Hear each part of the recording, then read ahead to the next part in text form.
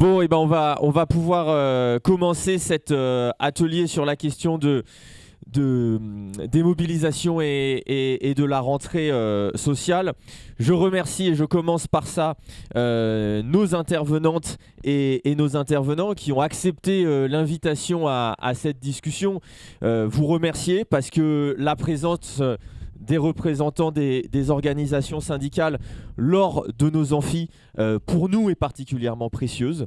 Qui plus est, évidemment, dans le contexte particulier, et le fait de pouvoir avoir ces échanges et ces discussions est quelque chose qui nous tient particulièrement à cœur. Donc je vous présente rapidement avant d'introduire, mais merci du coup à Aurélien Boudon, secrétaire national de l'Union syndicale solidaire, d'être là, Caroline Chevet, secrétaire générale de la FSU, Thomas Vacheron, membre du bureau confédéral de la CGT, et évidemment Sophia Tizaoui, présidente de l'Union syndicale lycéenne. Je marque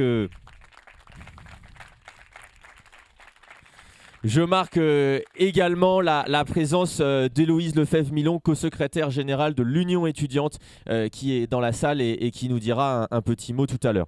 Alors, sans y aller par quatre chemins, on est là aujourd'hui, et je pense toutes et tous conscients, dans une situation avec une offensive du gouvernement contre les Françaises et les Français, contre les travailleurs, contre les fonctionnaires, tout azimut. Bayrou a dit qu'il déclarait, nous avons dit que Bayrou avait déclaré la guerre sociale en annonçant un budget avec 43,8 milliards de coupes budgétaires, qui s'en prend à absolument tout le monde, à la fois l'année blanche qui va toucher les retraités, l'ensemble des allocations. On a entendu la ministre du Travail, Vautrin, rajouter une couche en évoquant le fait que nous puissions aller vers 7 jours de carence. La fonction publique, évidemment, est particulièrement marquée du fait et des coupes dans l'ensemble des ministères, mais aussi par la suppression annoncée de 3000 fonctionnaires, le non-remplacement d'un fonctionnaire sur 3. Bref, tout le monde va payer, sauf évidemment, et vous le savez, les amis du gouvernement et les plus riches, puisque rien ou presque n'est prévu sur les 211 milliards d'aides aux entreprises, les 100 milliards de dividendes versés l'année dernière. Et tout ça dans un contexte où l'année dernière, on a vu la pauvreté augmenter de 650 000 personnes pour atteindre les 10 millions. La colère gronde. Je crois que la défiance envers ce gouvernement n'a jamais été aussi forte. La violence sociale est ressentie partout dans le pays. Et donc c'est dans ce contexte-là qu'on se réunit aujourd'hui. La première des questions, avant de venir à celle spécifique de la mobilisation que je voulais vous poser, c'est d'abord quelles sont vos analyses sur les annonces faites par ce gouvernement, la politique en cours, le budget à venir.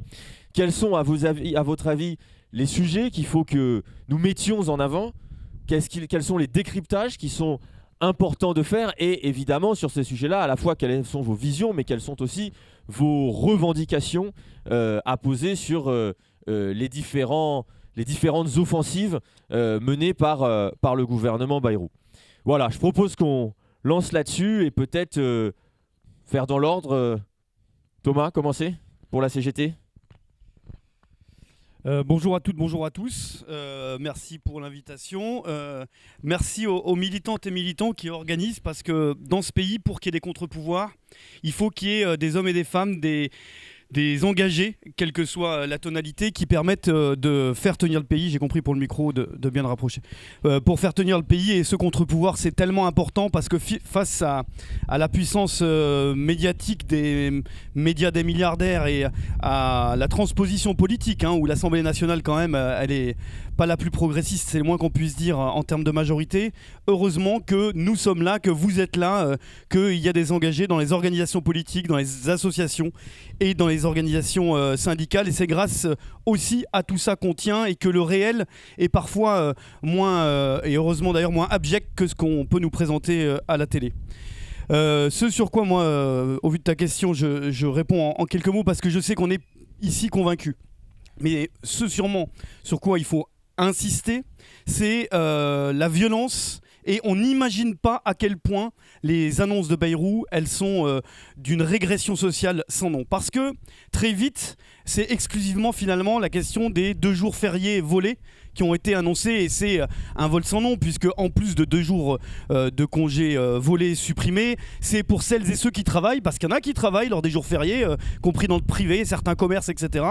C'est des heures moins majorées, donc c'est même travailler plus et gagner moins, et rien que ça on ne le sait pas. Mais c'est aussi, puisque c'est dans les tuyaux, avant les annonces de Bayrou, c'est le vol du 1er mai, et d'ailleurs toutes les organisations syndicales déjà ensemble ont expliqué que c'était un jour volé. Vous savez, ils avaient projeté de faire la loi Carrefour Ikea parce qu'ils avaient pensé que le 1er mai, le seul jour de l'année qui est chômé et non travaillé, chômé et payé, ce jour-là, il fallait que Ikea puisse être ouvert et obliger les salariés d'y travailler.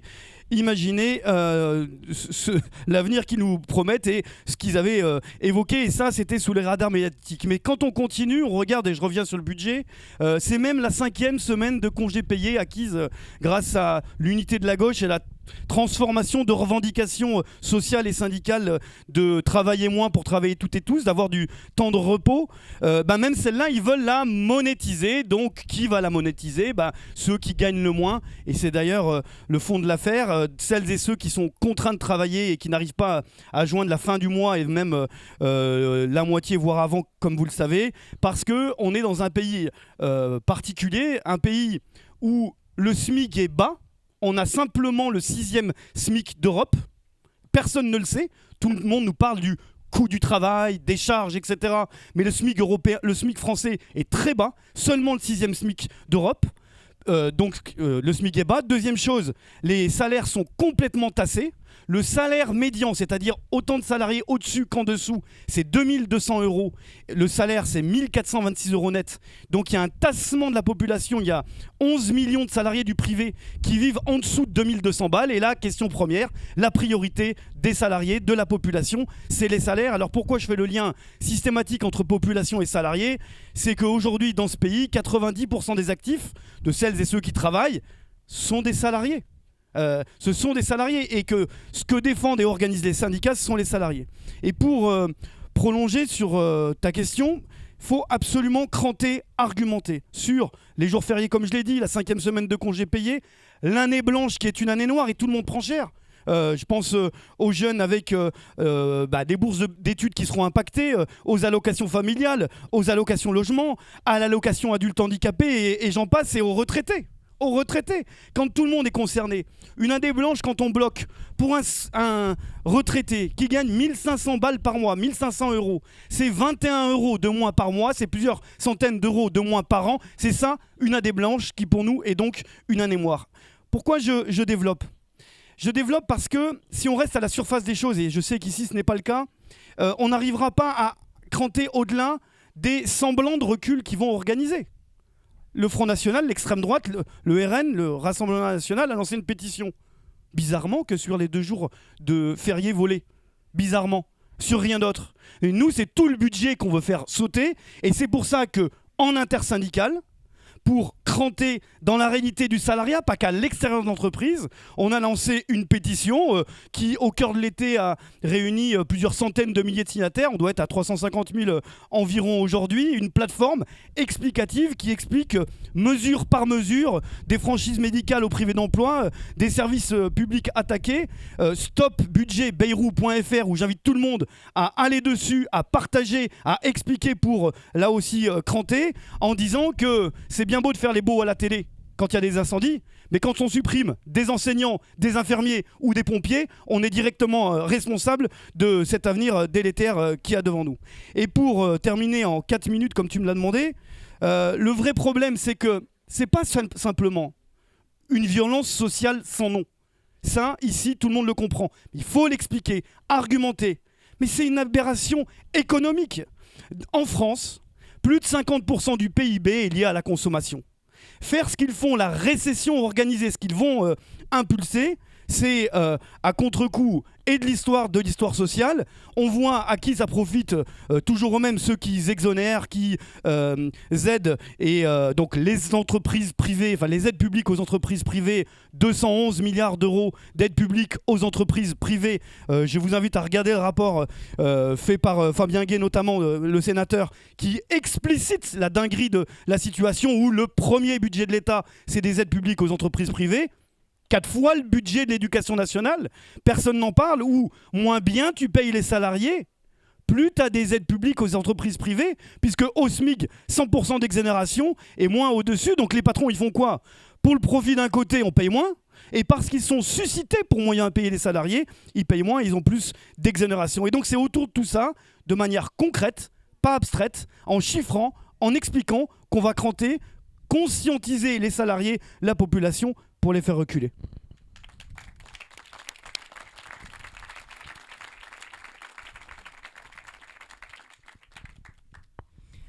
Alors, à mon tour de vous saluer et de remercier pour l'invitation et la tenue de multiples débats dans une période où nous avons besoin absolument de prendre ce temps de renforcer nos capacités à argumenter et à convaincre. Nous avons en face de nous, c'est une évidence ici, une attaque qui est absolument massive, qu'on ne pourra contrer que si on arrive à ancrer très profondément dans les consciences les analyses qu'on porte et à donner confiance dans les alternatives. Et pour ça, je crois qu'il n'y a rien de plus précieux que d'avoir des débats, des échanges où on peut aussi faire entendre des nuances pour muscler nos capacités, notamment pour nous syndicalistes, dès le moment où on retrouve notre lieu de travail, à argumenter, convaincre et embarquer très largement, parce que pour nous, l'enjeu de la période, c'est vraiment de construire la mobilisation du plus haut niveau possible pour empêcher ce budget d'être mis en place. Je ne reviendrai pas, évidemment, on partage à la FSU beaucoup de choses qui ont été dites par Thomas. Peut-être pour mettre en avant quelques éléments, évidemment, ça ne vous surprendra pas, la question des services publics, qui a une acuité très particulière. Thomas l'a dit à l'instant, ce à quoi on peut s'attendre avec cette aberration du budget Bayrou, c'est à des effets récessifs très rapides sur l'économie. Et quand on est confronté à des récessions, on sait le rôle que jouent les services publics pour amortir un peu. On se souvient qu'après la crise de 2008, on avait eu un temps comme ça où finalement l'idée que les services publics pouvaient jouer ce rôle d'amortisseur était redevenue un peu présente dans les esprits. On a aussi à tenir compte du fait qu'un tel budget produirait des dégâts tels que les effets, les impacts négatifs qu'il aura sur les services publics vont encore aggraver la situation. Nous avons besoin, au contraire, dans la période actuelle, je ne vais pas développer sur la situation internationale et la situation économique, mais nous avons besoin de stabilité. Et le rôle des services publics de ce point de vue-là est absolument indispensable. Je crois que ce n'est pas la peine d'insister pour convaincre. On est par ailleurs confronté sur la question des services publics à une situation inédite de crise d'attractivité des métiers des services publics. C'est à cela qu'on est confronté. C'est relativement connu pour ce qui est de l'éducation nationale, parce que régulièrement, toutes les rentrées, c'est un sujet qui est mis en avant, et aussi au moment où ont lieu les concours, puisque chaque année aujourd'hui, les concours ne font pas le plein, et puis chacun ayant un enfant, un petit-enfant ou un voisin, sait à quel point cette situation est criante.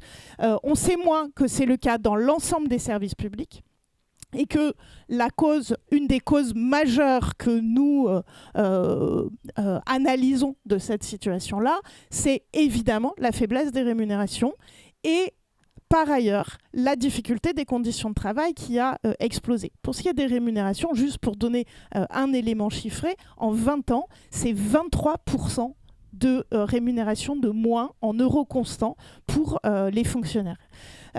Pourquoi je prends le temps d'insister là-dessus, c'est que le budget Bayrou, l'attaque, elle est sur les deux niveaux, c'est-à-dire à la fois les rémunérations. Alors, vous allez me dire, c'est pas nouveau. Oui, on est confronté au gel du point d'indice depuis de très nombreuses années, trop nombreuses années, mais la situation devient absolument dramatique. Et nous avons des collègues, alors je ne parle même pas évidemment de ceux qui sont dans la pire des situations, je pense les AESH, etc., mais des collègues, y compris enseignants, en début ou en milieu de carrière, qui connaissent des difficultés extrêmement importantes économiques, et en fin de carrière aussi, du fait notamment de la nécessité d'aider les plus jeunes ou de prendre en charge les plus âgés. Et cette situation-là, aujourd'hui, devient la source, le potentiel d'un effondrement de nos services publics.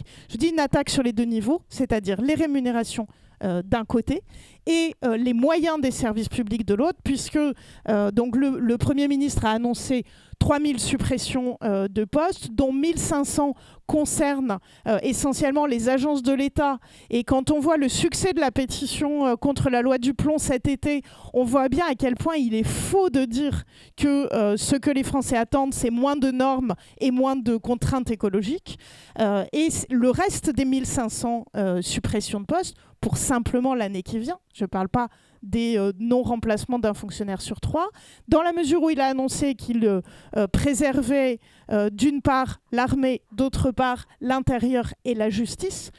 Pour ce qui est de la justice, je crois qu'on peut effectivement se dire qu'il est absolument nécessaire qu'il y ait davantage de moyens pour la justice.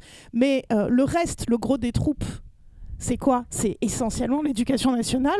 Où est-ce qu'il ira trouver suffisamment de postes pour en supprimer 1500 et ensuite un fonctionnaire sur 3 avec cette méthode aveugle qu'on a connue du temps de Sarkozy, c'était 1 sur 2 dans les annonces en tout cas, à l'éducation nationale. Et donc on a vraiment une situation aujourd'hui qui est une attaque majeure, massive. Et il faut absolument qu'on puisse aller sur les lieux de travail, mais partout, pour expliquer la violence de ce budget et aussi pour, et je crois que c'est un enjeu vraiment essentiel, crédibiliser les alternatives qu'on porte.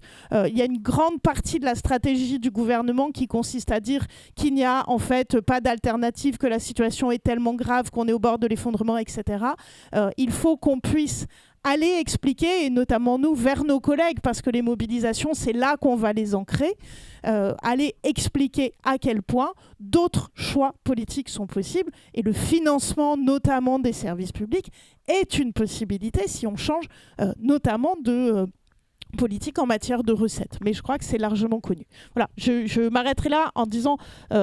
mais je pense que ce sera l'objet suivant, qu'on est aussi dans une dynamique de construction, de mobilisation dès la rentrée, et avec la perspective de quelque chose qui monte en puissance très vite.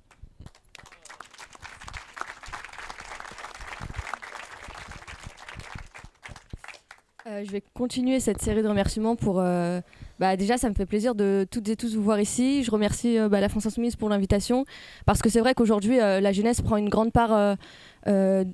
prend grande part dans ces mobilisations et dans le pays, tout simplement parce qu'on est de plus en plus à se mobiliser au vu de ce qui s'y passe, et c'est aussi un indicateur fort en fait, parce que on se rend bien compte qu'au sein de notre jeune génération, il y a des interrogations qui font émergence, qui émergent de plus en plus, comme la question de la santé mentale. Alors Macron avait promis, et Gabriel Attal par la suite, que la santé mentale serait l'une de leurs grandes causes nationales. Alors, à part précariser les jeunes et vraiment diminuer leur santé mentale, je ne sais pas ce qu'ils ont fait d'autre concrètement. Mais ça, c'est un point qui va être essentiel dans les années à venir, parce qu'en fait, on est le futur de ce pays. Les jeunesses sont les citoyens et les citoyennes de demain, donc on ne peut pas se permettre de diviser le budget de l'éducation nationale comme ils le font aujourd'hui.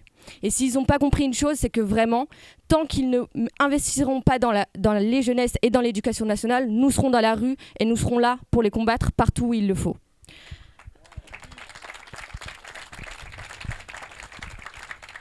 Ensuite, on a Bruno Retailleau. Voilà. Est-ce que j'ai besoin d'en dire plus?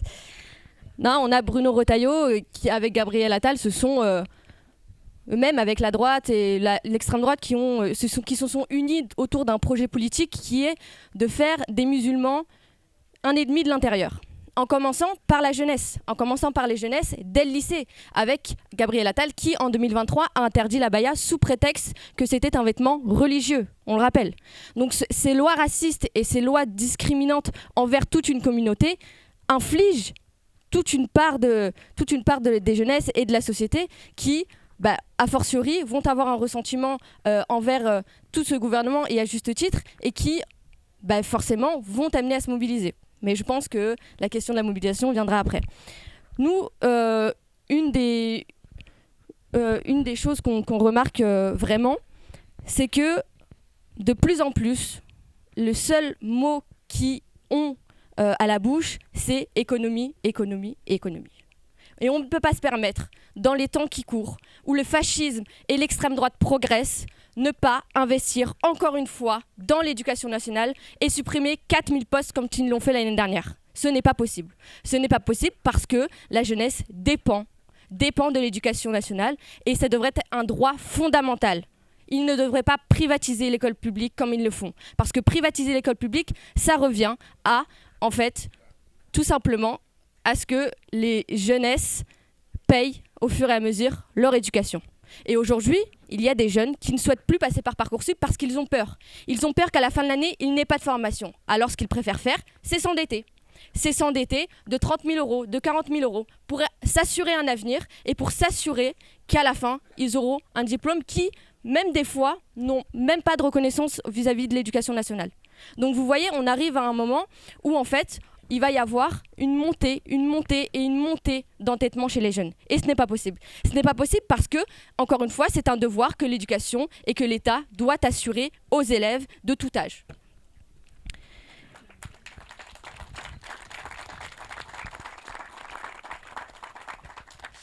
Ensuite, pour ce qui est des jours fériés, tu en as très bien parlé, Thomas. Mais moi, je voudrais juste rebondir sur quelque chose sur le 8 mai. Alors s'attaquer au 8 mai, c'est tout d'abord s'attaquer à l'économie, tu le disais, s'attaquer aux travailleurs, aux travailleuses, mais c'est aussi s'attaquer à quelque chose de fondamental, le devoir de mémoire. Parce que le 8 mai 1945, l'Allemagne nazie a capitulé.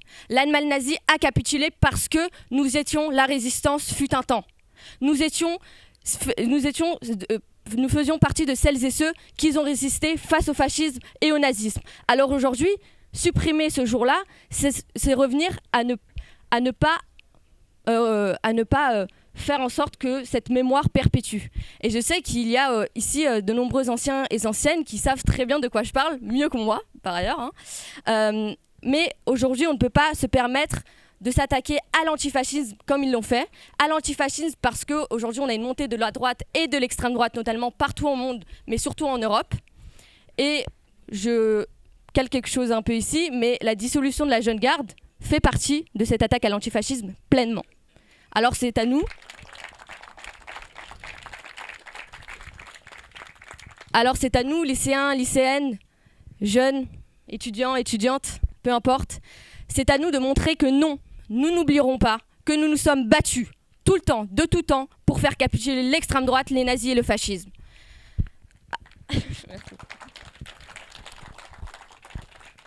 Et je ne vais pas m'étaler plus que ça, mais c'est vrai que, comme toute rentrée sociale, celle-là va secouer.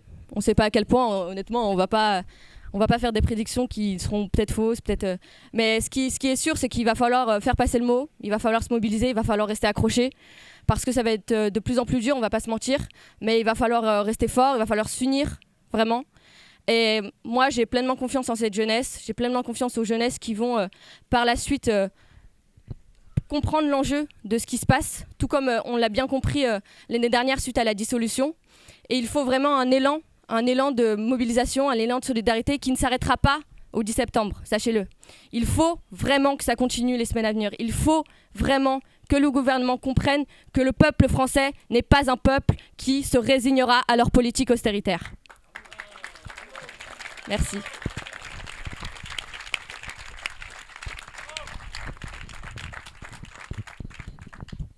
Merci de l'invitation. Bon, je vais essayer de faire regagner un peu le temps que je vous ai fait perdre. Je vous prie de m'excuser, je vous remercie de votre patience. Non, parce que évidemment, on partage beaucoup de ce qui a été dit. Et voilà, Thomas a rappelé la pétition unitaire qui a été lancée par les 8 organisations syndicales et le site de décryptage Stop Budget Bérou, qui permet aussi que, au-delà de la question de la pétition, au-delà de la question des jours fériés, les 8 organisations syndicales sont d'accord sur une analyse partagée de rejet de l'ensemble de ce budget, de ces mesures et de l'analyse de ces mesures, et ça c'est extrêmement important puisque c'est aussi un élément qui nous permet aussi de pouvoir envisager la construction des mobilisations nécessaires contre ce budget. Mais nous ici on est évidemment convaincus du caractère inacceptable, violent, injuste de ce projet de budget. Mais on sait aussi que ce n'est pas forcément des thématiques qui sont simples à aller porter, avec ce travail de conviction qu'il faut se mobiliser, mais aussi la conviction qu'il y a d'autres alternatives, Caroline le rappelait, que évidemment tout ça n'est pas une fatalité, etc. Ce travail de décryptage, il n'est pas évident à faire parce que les sigles PLF, PLFSS sont pas forcément les choses, voilà, le débat budgétaire, c'est pas forcément les pics d'audience sur LCP, les gens cochent pas sur leur agenda pour aller suivre ça, c'est un peu technique. On ne se rend pas toujours bien compte des conséquences concrètes. Alors là, évidemment, la question des 2 jours fériés, ça fait quelque chose qui est largement mis en avant, qui à juste titre suscite un rejet massif pour les raisons qui ont été rappelées de ces 2 jours de travail gratuits qui nous sont imposés, qui nous seraient imposés si ce projet était adopté, et on va tout faire pour l'en empêcher.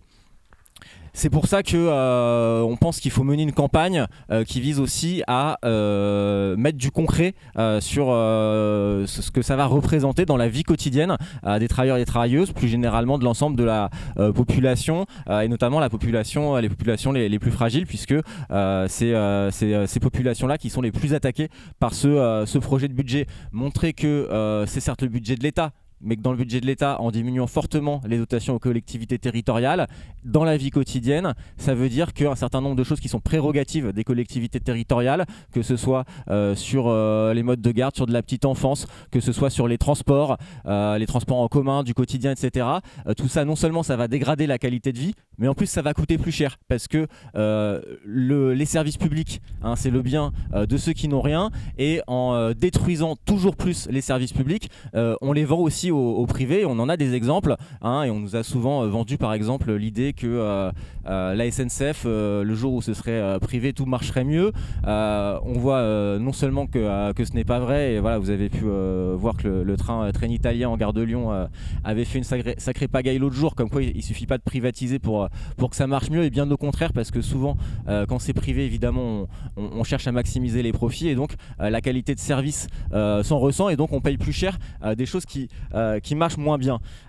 C'est évidemment la question des rémunérations, la question des rémunérations dans le public, où on est sur un nouveau gel des salaires, mais quand on parle de gel des salaires, ça veut dire qu'en fait on baisse les salaires dans un contexte inflationniste, où alors l'inflation recule, mais reste estimée à 1,24 sur l'année prochaine, donc c'est autant de baisse sur les traitements et dans la fonction publique, dans un contexte où ça a déjà baissé de plus de 20% sur les dernières années.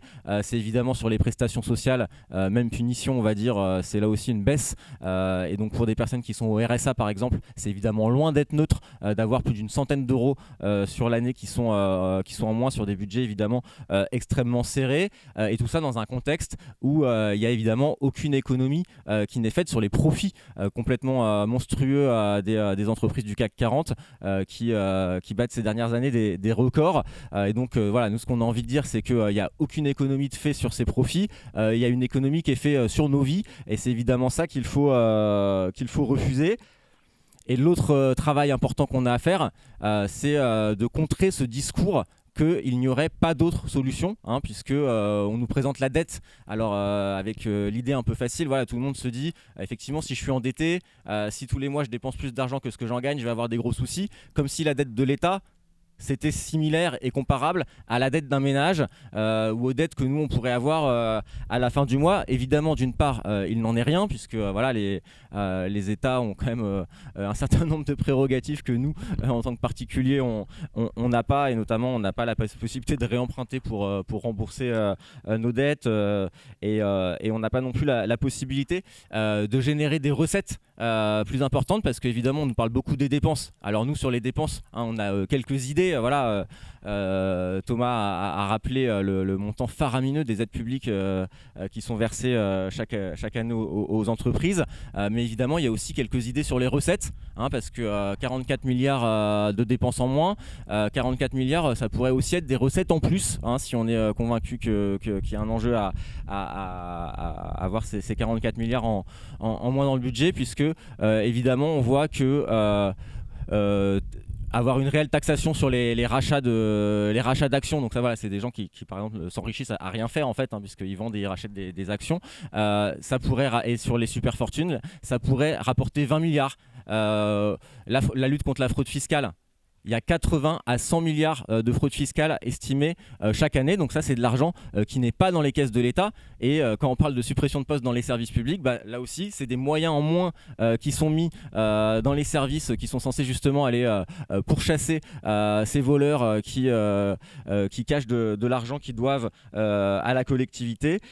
Et donc là, on a évidemment des pistes de recettes. Et ce ne sont que des exemples. Mais on a bien compris évidemment que le choix qui a été fait par ce gouvernement, et encore une fois, il faut le rappeler, c'est bien une question de choix et pas de fatalité, c'était de faire reposer l'ensemble des efforts sur les travailleurs, les travailleuses, les populations les plus fragiles, et de ne pas demander un seul euro d'effort au patronat, qu'on a vu sortir tout sourire de la conférence de presse, si tant est qu'il ait pu être un moment inquiet, de la conférence de presse d'annonce de François Bayrou, et qui a même eu le luxe, quand il a été question que peut-être avec la suppression des 2 jours fériés, il y ait une contribution exceptionnelle des entreprises aux finances de l'État, qu'on a entendu hurler de la possibilité finalement de reverser ce travail gratuit qui lui a été offert par le gouvernement.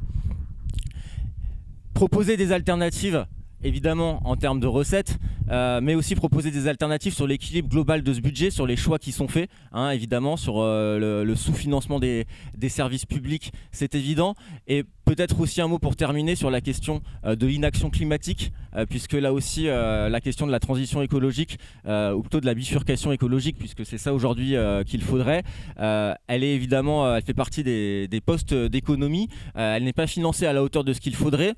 Et au-delà du fait que c'est complètement criminel, parce que ça nous envoie toutes et tous dans le mur, en plus, même d'un point de vue des économies, c'est complètement absurde, puisqu'il a été chiffré qu'à horizon 2030, le fait aujourd'hui de ne pas financer à la hauteur la bifurcation écologique dans le budget de l'État, ça allait coûter beaucoup plus cher que si on mettait aujourd'hui les moyens nécessaires. Et évidemment, la question des grands feux de forêt qu'on a connus cet été, qui en sont des manifestations spectaculaires, mais évidemment pas les seules. Et on sait qu'on est amené aussi à avoir des catastrophes climatiques qui vont se multiplier, et une planète qui va être de plus en plus invivable. Et on l'a vu aussi avec les très très fortes chaleurs qui rendent par ailleurs la poursuite du travail extrêmement difficile, voire extrêmement dangereuse, avec aussi des décès. Donc là, on est dans des choix de société, évidemment, qu'il faut absolument dénoncer et combattre pour pouvoir proposer des alternatives.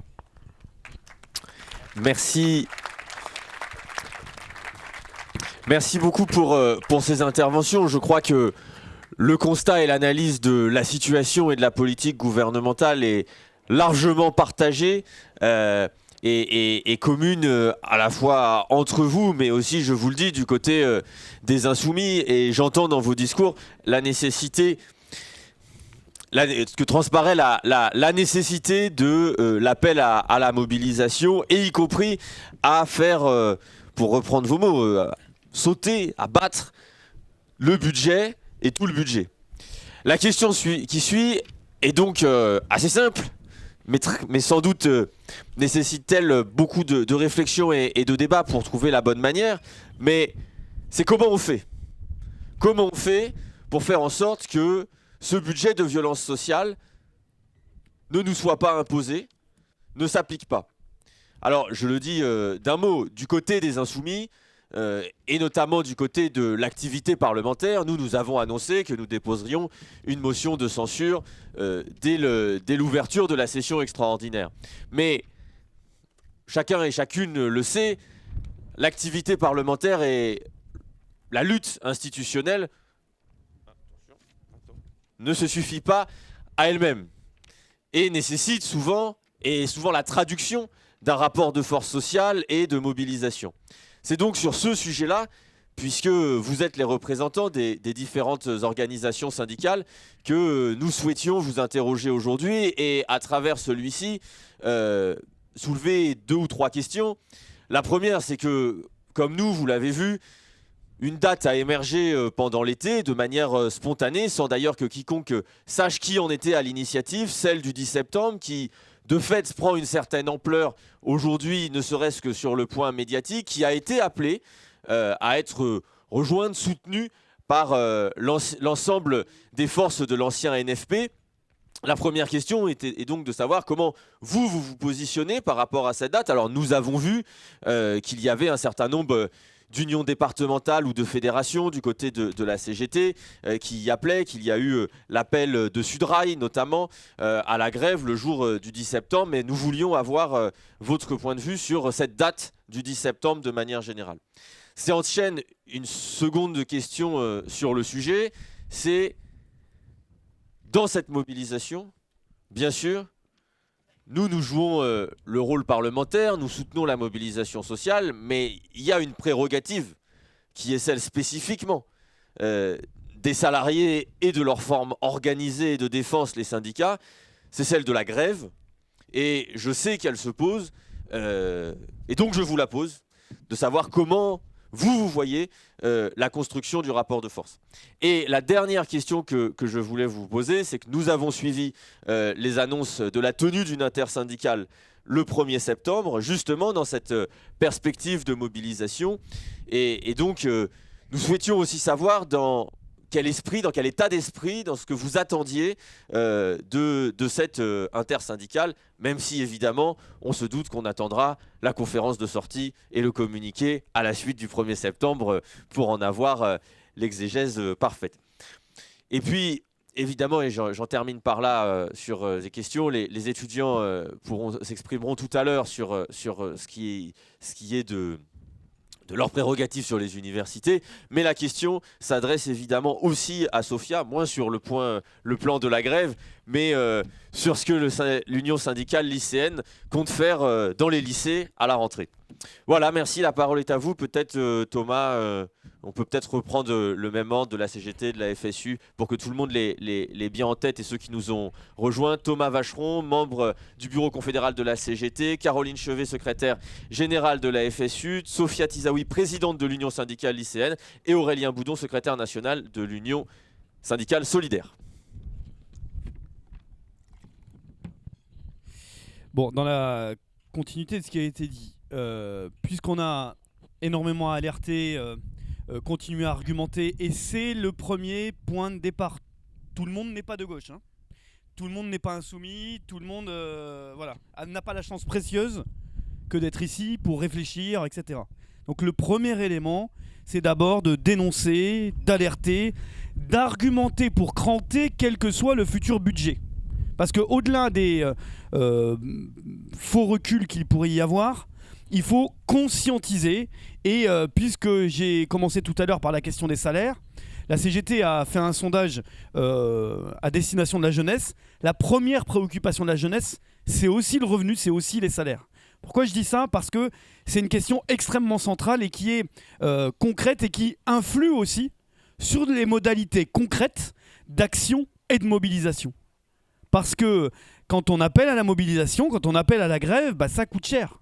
Évidemment, quand on est convaincu, on sait qu'on a plus intérêt à la faire pour gagner que de ne pas la faire, puisqu'on a beaucoup plus à perdre sur le long terme que sur les journées de salaire. Mais quand la fin du mois commence au début, vous mesurez bien toutes les problématiques que ça pose. Et ça pose à tout le monde sur la question des modalités d'action. Plusieurs choses. Bon, la première...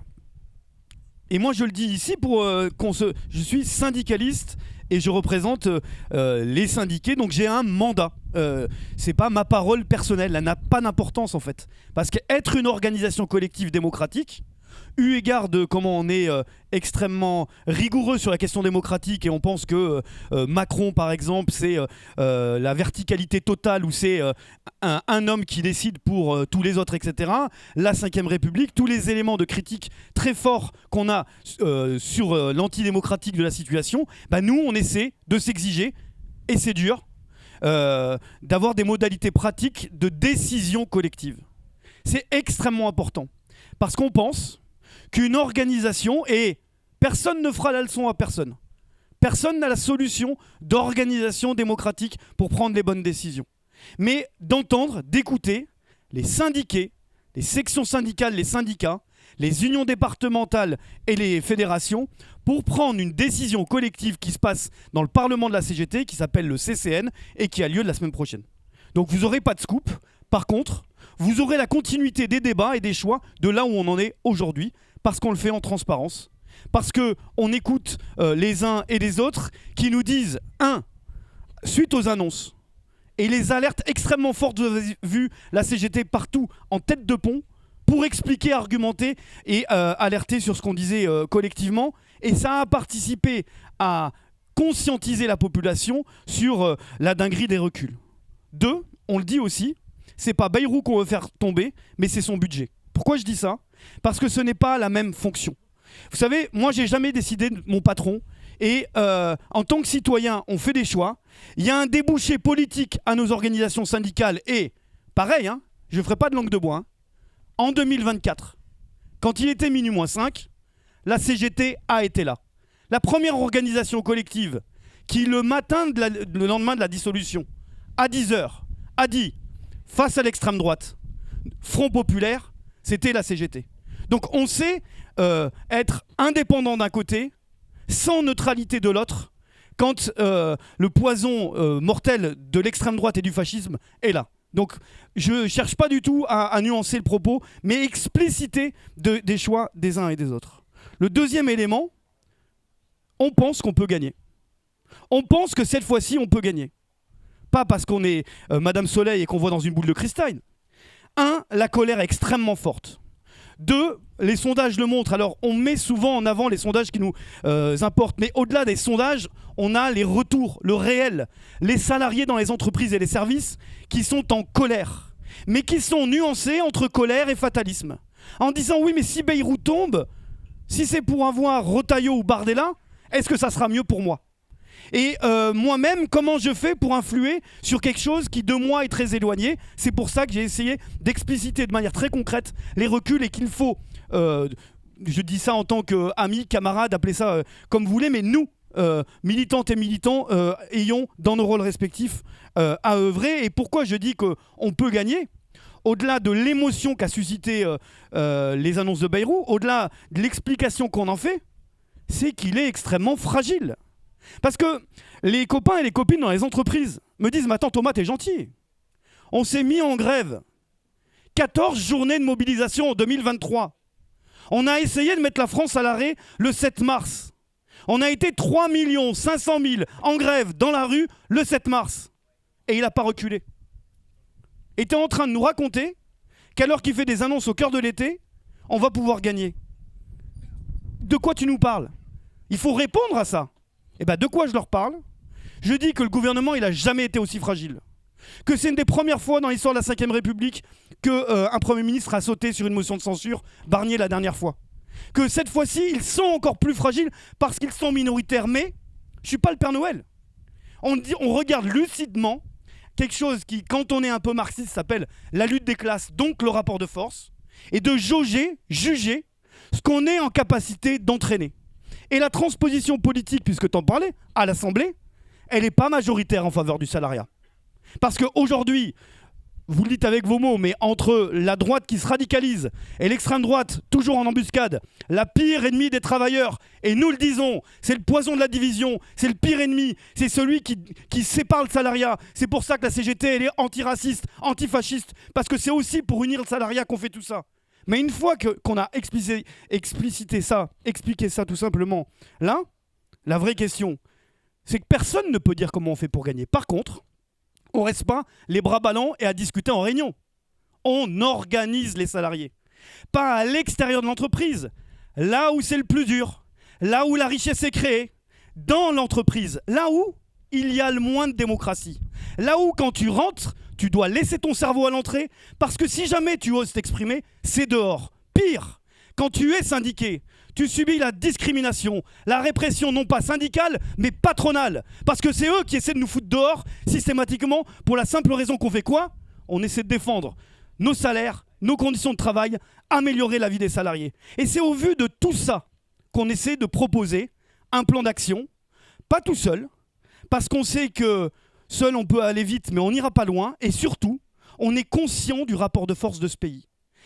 Il n'y a jamais eu aussi peu de syndiqués, pourtant il n'y a jamais eu autant de syndicats.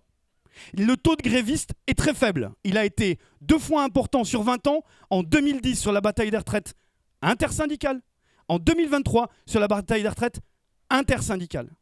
Et j'entends certains ici ou là qui me disent « oui mais pas avec eux ni avec eux », en cherchant même à exacerber les divisions. Il y a un vieux syndicaliste qui dit « quand les syndicalistes ne peuvent pas se serrer la main, c'est le patron qui se frotte les siennes. » Et donc on essaie d'accompagner avec le réel, avec les salariés qui font le choix d'autres organisations syndicales. Pas forcément celles qui font les mêmes choix d'orientation que les nôtres. Mais on essaie de rassembler en un l'intersyndical parce que l'unité sur des revendications, c'est un élément pour mobiliser. Le deuxième élément, puisque c'est ta question, c'est que ici aussi, je l'ai cru d'entendre, une journée, ça ne suffit pas. Donc on ne va pas se positionner que sur une seule journée. Nous, on dit qu'il faut qu'il y ait une salve de mobilisation. Une salve de mobilisation pour les faire reculer. Et elle commence avec le réel des salariés. Par exemple, dès le 25 août, à l'AP-HP, aux hôpitaux de Paris, il y a ça a de l'écho en tout cas, ils sont contents. Aux hôpitaux de Paris, il y a une grève en intersyndicale d'ailleurs qui est partie. Mais avec ou sans micro, on gagnera. Le premier élément, donc il y a les hôpitaux de Paris, et vous savez dans quel état est l'hôpital, c'est une catastrophe sans nom. Et ben, les salariés, les agents essaient de se mobiliser collectivement pour les faire reculer. Il y a les agents de l'énergie, et je le dis parce que zéro média sur le sujet. À partir du 2 septembre, dans toute la France, vous allez avoir des piquets de grève partout sur l'énergie. D'abord pour eux, pour leurs conditions de travail, pour leur salaire, mais aussi pour vous, pour un service public de l'énergie et pour diminuer votre facture qui, pendant l'été, a augmenté, passant la TVA de 5% à 20%. Et la première salve, la première semonce qu'il va y avoir pour le gouvernement et pour une victoire des agents, c'est le 2 septembre. Et ensuite, il y a la journée du 10 septembre. Il y a la journée du 10 septembre qui, comme plein d'autres mobilisations, n'est pas chimiquement pure. Mais c'est le b.a.-ba de n'importe quelle mobilisation. Alors, on le fait attention, au vu de tout ce que j'ai dit précédemment. C'est-à-dire qu'au vu de la puissance de l'extrême droite dans ce pays et de ces relais médiatiques des médias des milliardaires, je ne fais pas un truc contre les médias, mais j'insiste sur les médias des milliardaires, la nuance est extrêmement importante. Pourquoi je dis ça ? C'est que tout peut être relayé, par exemple, des collectifs contre des syndicats contre des partis. Vous voyez bien la petite musique qu'il peut y avoir. Eh ben nous, on essaie d'avoir une ligne de conduite qui unit le salariat, qui le rassemble, qui l'organise, et on dit qu'il doit y avoir des mobilisations, qu'on a raison d'être en colère, que la colère, elle est légitime et que nous sommes en colère, et que le 10 septembre fera partie de la mobilisation à pousser, et bien au-delà pour gagner, en intersyndical aussi, évidemment, pour les faire reculer.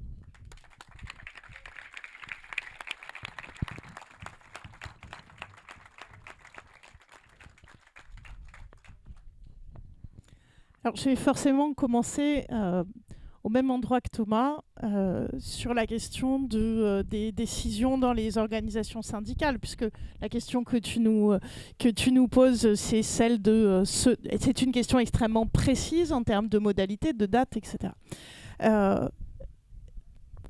à la FSU, comme dans beaucoup d'autres organisations syndicales, on a des processus démocratiques de décision qui passent par des dynamiques qui vont des directions ou des responsables syndicaux, évidemment, aux collègues sur le terrain, dans les services, les établissements, les écoles.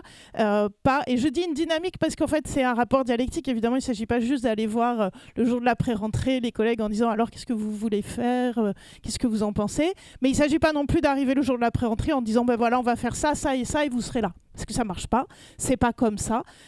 Et que si même ça marchait, ce serait un feu de paille. Et c'est ce que je disais tout à l'heure, on ne veut pas d'un feu de paille, on veut construire quelque chose qui monte en puissance à partir de maintenant jusqu'au budget et au-delà, parce que on voit bien à quel point on est confronté à des attaques qui sont massives et qui sont très ancrées aussi dans le temps. Et donc nous, concrètement, les lieux de travail qui correspondent à ceux des personnels représentés par la FSU, aujourd'hui, ils n'ont pas repris leur vie normale, comme vous le savez. Et c'est pas que vrai dans l'éducation, c'est vrai aussi dans pas mal de services, et je pense aussi dans les collectivités territoriales. Donc on va prendre le temps de débattre avec les syndiqués, avec les collègues, avec les instances à tous les niveaux pour déterminer les meilleures stratégies pour l'objectif qui est le nôtre, qui est effectivement d'arriver au moment où les choses vont vraiment se jouer sur le budget avec le rapport de force le plus haut possible. Et c'est pas simple, et je vais pas redire, mais c'est pas simple pour des raisons financières, c'est pas simple aussi pour des raisons professionnelles. Si on prend le métier d'enseignant, c'est un métier qui est aussi articulé avec une temporalité particulière. Et la rentrée, le mois de septembre, ce sont des moments cruciaux pour pouvoir faire son travail. Et ça reste quelque chose qui est majeur dans l'esprit des personnels, pouvoir bien faire son travail. Et c'est justement une des raisons aujourd'hui de la crise des métiers qu'on connaît, tous ces facteurs qui empêchent de bien faire son travail.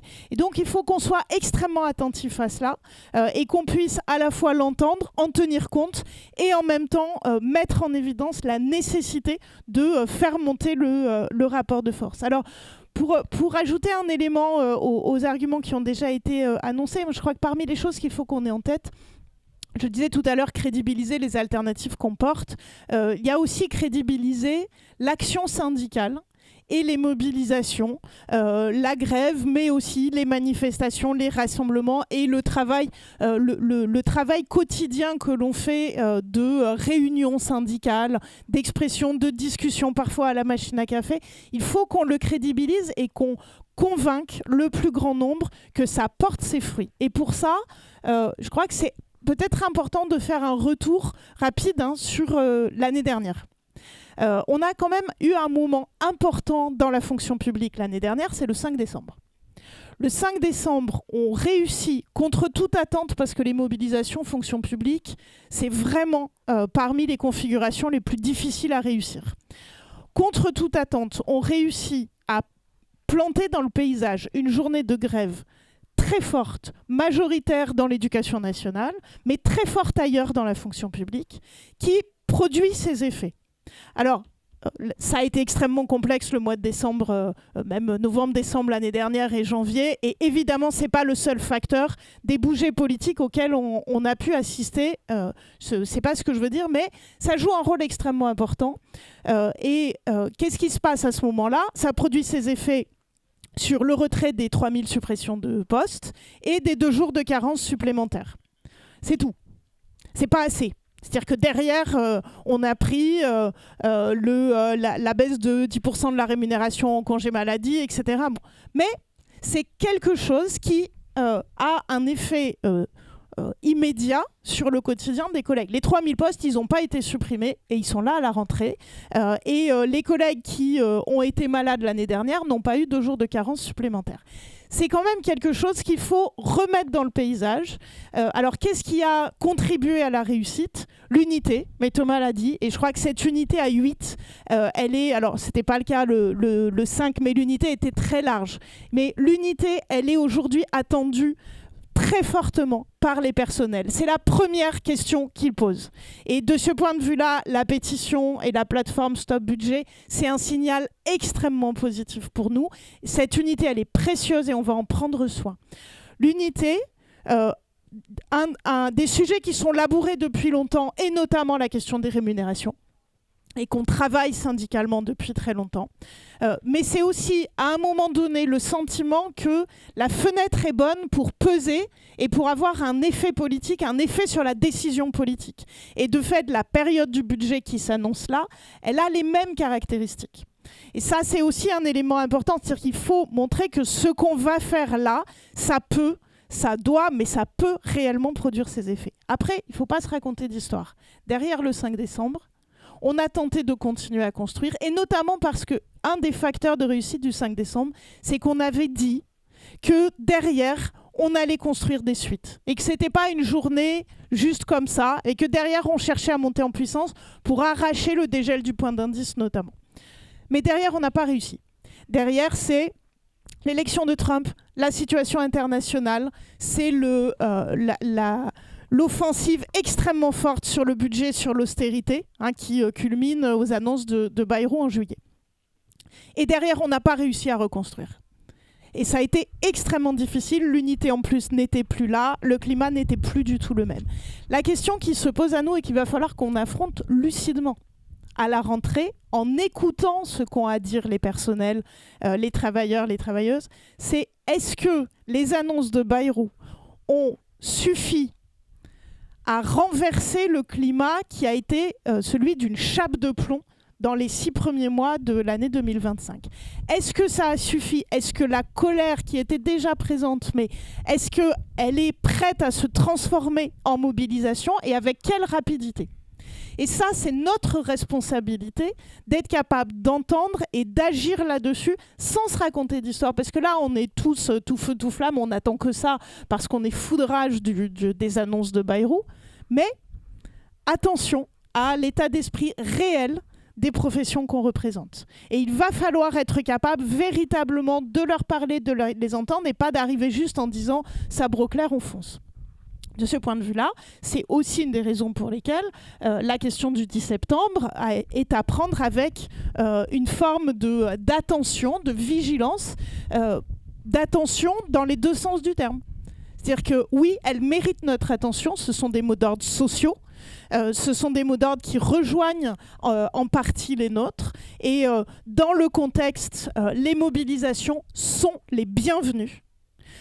Mais attention aussi, parce que d'une certaine manière, si on avait eu nos réunions syndicales il y a 15 jours, on n'aurait pas forcément eu la même analyse du 10 septembre que celle qu'on a aujourd'hui. On voit bien que les choses évoluent énormément et c'est encore... c'est pas demain non plus et on est dans un temps extrêmement court, mais dans un temps où les choses peuvent basculer, aller très vite. Donc nous, de notre côté, on va prendre le temps de la réunion des instances, d'écouter les collègues et puis bien sûr, et je voulais finir par là parce que c'est majeur, le temps de l'unité et d'écouter aussi ce que nos partenaires disent et comment ils construisent pour essayer de construire des choses ensemble et à tous les niveaux. C'est-à-dire à la fois au niveau interprofessionnel, mais aussi au niveau sectoriel. Et Thomas a donné les éléments au niveau sectoriel qui concernent la CGT, mais on sait à quel point il est indispensable de nourrir les mobilisations interprofessionnelles, des dynamiques et des luttes sectorielles, parce que c'est aussi dans le quotidien de leur métier que les personnels trouvent l'énergie pour construire des mobilisations plus larges. Voilà, donc c'est ça l'état d'esprit qui est le nôtre à la rentrée. Et on peut quand même considérer que, chaque année, on a des questions sur la rentrée sociale, le climat, la température, etc., notamment de la presse, mais que manifestement quand même, en cette rentrée, il y a un climat très particulier et qui est propice aux mobilisations et aux victoires.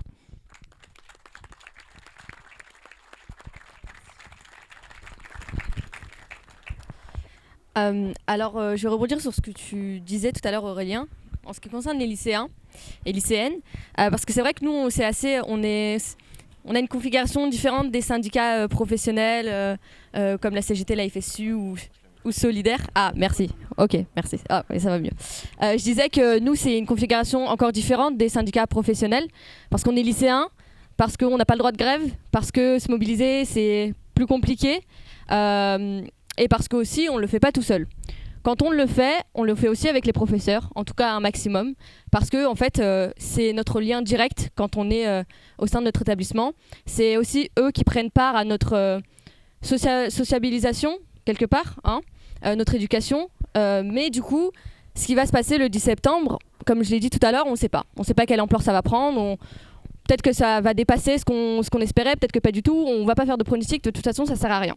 En tout cas, en ce qui concerne les lycéens, pour l'Union syndicale lycéenne, comme pour la FSU et la CGT, on va se réunir avec nos instances, on va écouter les camarades, ce qu'ils disent, est-ce que c'est possible pour eux, et comment ils voient la chose, parce qu'on est encore mineurs pour certains, on a des parents qui sont très inquiets pour nous quand on va en manifestation, etc.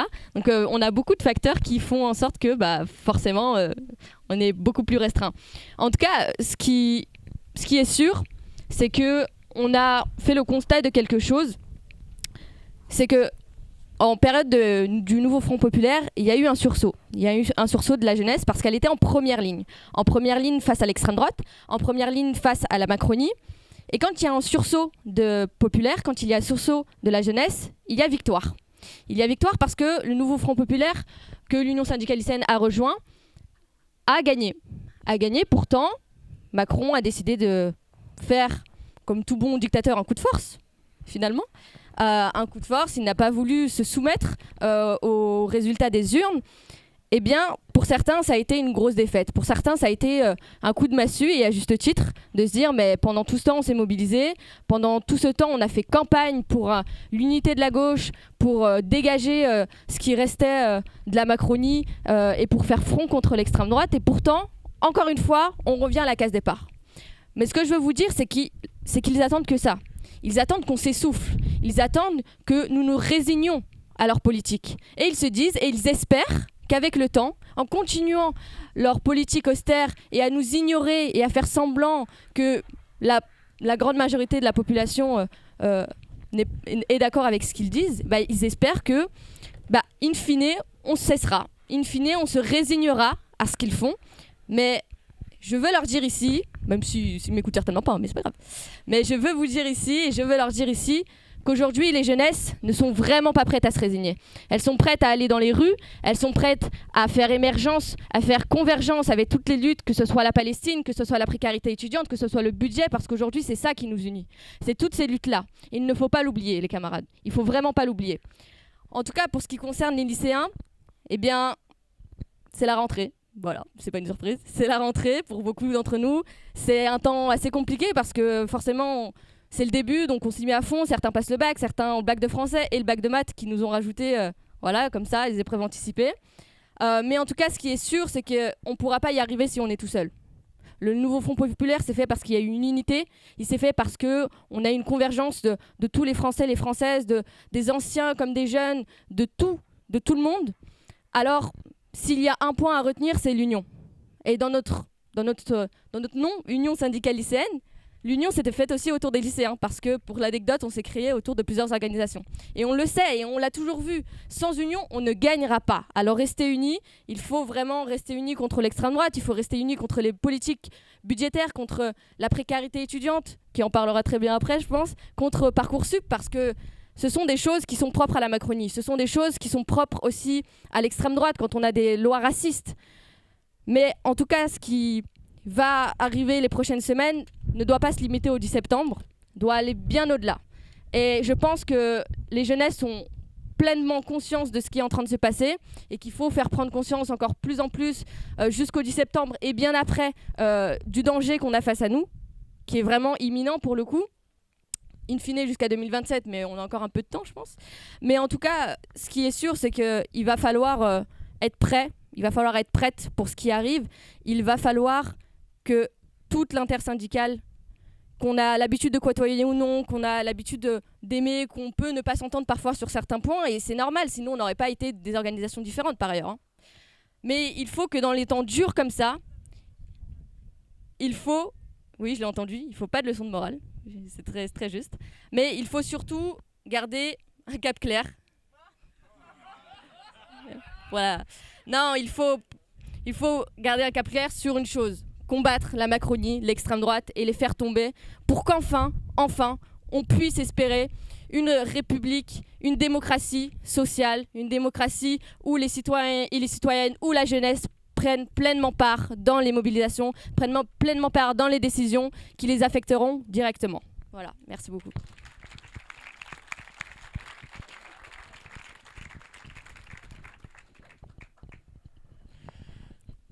Sur comment gagner, on partage toutes et tous ici l'idée qu'il faut du rapport de force.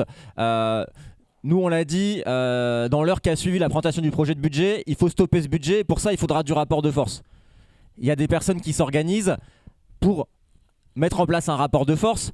Que ce soit, donc c'est le 10 septembre qui est dans le débat et dans le paysage. Nous, on va pas faire la fine bouche en disant que ça aurait été mieux le 9 ou le 11. Voilà, c'est pas ça notre débat. Et donc, évidemment, qu'on regarde tout ça avec beaucoup d'attention, qu'on pense que c'est une bonne chose qu'il y ait des mobilisations qui s'organisent, que de toute façon, dans la séquence, la question n'est pas juste d'une date unique seule qui suffirait, et donc il y aura des mobilisations dans des secteurs, il y aura des mobilisations interprofessionnelles, il y aura le 10 septembre manifestement des mobilisations.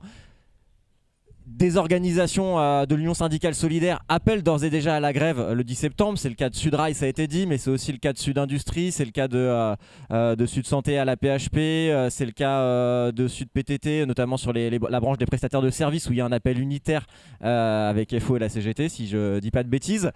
Donc il y a des appels à la grève le 10 septembre. J'ai entendu que maintenant on parlait de grève générale. Ce qui est bien... Oui, mais... Attendez, parce que la grève générale, ça coûte moins cher d'y appeler que de la faire. Et ben, au moins, faut appeler. Je ne sais pas, parce que la question aujourd'hui des discussions sur le rapport de force. Et comme la FSU et comme la CGT, nous aurons une instance la semaine prochaine. Voilà, on réunira un bureau national extraordinaire le 27 août. Et ce ne sera pas pour avoir des débats sur d'où vient le 10 septembre, est-ce qu'il est chimiquement pur, etc. Parce que la question d'où il vient, finalement, on s'en moque un peu, dans le sens où si cette mobilisation elle est réussie, de toute façon, tout ce qui serait, si tant est que ça existait, extrême droite, complotisme, etc., sera marginalisé. Et d'ailleurs, on voit aujourd'hui que l'extrême droite, avec la question sociale qui est en train de revenir très fort sur le devant de la scène et dans le débat public, elle est marginalisée comme elle a été marginalisée en 2023, quand il y avait des millions de personnes dans la rue contre la réforme des retraites. Parce que évidemment, dès qu'on parle des questions de salaire, de conditions de travail, dès qu'on parle d'affrontement social et dès qu'on parle de s'affronter avec le patronat, évidemment l'extrême droite elle est extrêmement mal à l'aise, puisque tout son discours et son imposture évidemment est mise au grand jour. C'est pas de ça qu'on va discuter.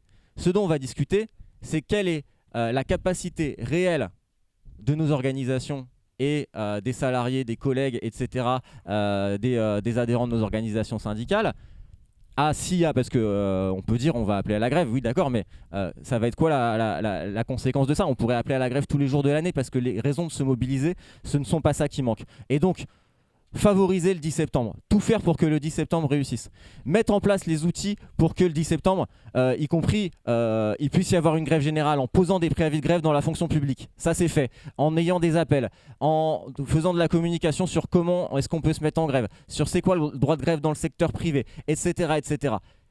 Ça, on va le faire. Maintenant, la question des appels à la grève, effectivement, il faut qu'on puisse mesurer notre capacité réelle à construire le rapport de force. Et il ne faut pas qu'on oublie de quoi on vient, de quoi on sort, et du fait que justement il suffit pas d'appeler à des choses, et nos 3 organisations après les législatives qui ont suivi la dissolution et où le NFP est arrivé première force à l'Assemblée nationale, il y a eu une mobilisation de rentrée justement avec l'idée qu'il fallait appuyer sur un certain nombre de mesures, que c'était le moment, et donc on voit bien qu'il suffit pas d'avoir des super bonnes idées pour que derrière il y ait la mobilisation évidemment qui suivent, parce que sinon tout ça serait trop facile. Voilà. Mais ceci dit, il s'agit évidemment pas non plus d'être défaitiste. On voit là qu'il y a une colère dans le pays qui s'exprime, qu'il y a des disponibilités pour la mobilisation, et encore une fois, c'est pas parce qu'on consulte les organisations que c'est un prétexte pour ne rien faire, diluer tout ça dans la bureaucratie, etc. J'ai entendu des gens qui applaudissaient l'appel de Sudrail. Bon, Sudrail, ils ont fait quoi? Ils ont consulté leurs syndicats régionaux, et y compris pas forcément en pensant qu'ils allaient appeler à la grève. Ils disaient bon voilà, il y a ce truc là qui est discuté, les réseaux sociaux, internet, etc. Il s'est avéré qu'il y avait un certain nombre de cheminots qui demandaient est-ce qu'il y a des préavis de grève le 10, qui contactaient le syndicat spontanément, et ça on l'observe dans d'autres secteurs où le téléphone sonne, il y a des mails, est-ce qu'il y a des préavis de grève, etc. Voilà, bon, s'il y a une disponibilité pour construire des mobilisations le 10 septembre, c'est surtout pas nous qui allons dire que c'est pas la bonne date. Mais ce ne sera pas la seule, parce qu'il en faut d'autres. Et évidemment, il faut d'ores et déjà qu'on se dise toutes et tous que l'enjeu des jours qui viennent, ça ne va pas être de commencer à commenter que si l'intersyndicale, elle appelle à une mobilisation sur une autre date que le 10 septembre, c'est la trahison, c'est la division, etc. Ces dates-là, elles vont se renforcer. Des mobilisations, il y en aura qui seront que sectorielles. Elles vont venir renforcer la mobilisation globale contre ce gouvernement. Et de toute façon, il faudra plus de mobilisation, et je pense que le bilan aussi qu'il faut tirer de la mobilisation de 2023, j'ai parfois entendu dire les dates étaient trop éloignées, ou il aurait fallu les coller, ou elles n'étaient pas le bon jour de la semaine, etc. Le bilan de la mobilisation de 2023, c'est pas qu'il n'y a pas eu assez de journées de manifestation, c'est qu'il n'y a pas eu assez de grèves. Et d'ailleurs, je pense qu'il faut qu'on se dise toutes et tous qu'il y a extrêmement peu de grèves dans les endroits où il n'y a pas de syndicats. Et donc une des choses à faire, et j'espère que c'est fait déjà pour toutes les personnes qui nous écoutent aussi, c'est de se syndiquer. Parce que c'est ça, c'est la première étape de la construction du collectif et du rapport de force. Et donc tout ça évidemment c'est pas toujours facile, hein, et on sait qu'il y a énormément d'entreprises où il n'y a pas de syndicats, il n'y a pas de syndicats, il n'y a pas de syndicalistes. Et donc là on peut se dire que ça ne veut pas dire qu'on n'a pas le droit de faire grève, mais que souvent ça n'existe pas, les grèves, quand il n'y a pas de syndiqués et pas de syndicats. Et ça, c'est un obstacle important à la grève générale justement. C'est toutes ces entreprises où il n'y a pas de syndiqués et où il n'y a pas de syndicats. Ce qui ne veut pas dire que dans un moment d'explosion sociale qui ferait tache d'huile, il ne pourrait pas y avoir déjà des vagues d'adhésion dans les organisations syndicales, on en a connu, et pas plus tard qu'il y a 2 ans, et qu'il ne pourrait pas y avoir des mouvements de grève spontanés, etc. Est-ce qu'on en est là aujourd'hui? Il faut qu'on en discute, il faut qu'on le mesure. C'est pas complètement sûr. Par contre, ce qui est sûr, c'est qu'on est au début d'une séquence de mobilisation extrêmement importante, et qu'on a sans doute un enjeu à ce que le 10 septembre il réussisse, parce que ça peut pas nuire à la mobilisation qu'il réussisse. Et donc nous, on va discuter de ça, et évidemment on regarde tout ça avec énormément d'intérêt, et on souhaite que toutes les mobilisations qui vont dans le sens de s'opposer à ce mauvais projet de budget et de mettre en place en avant d'autres alternatives, évidemment elles puissent réussir.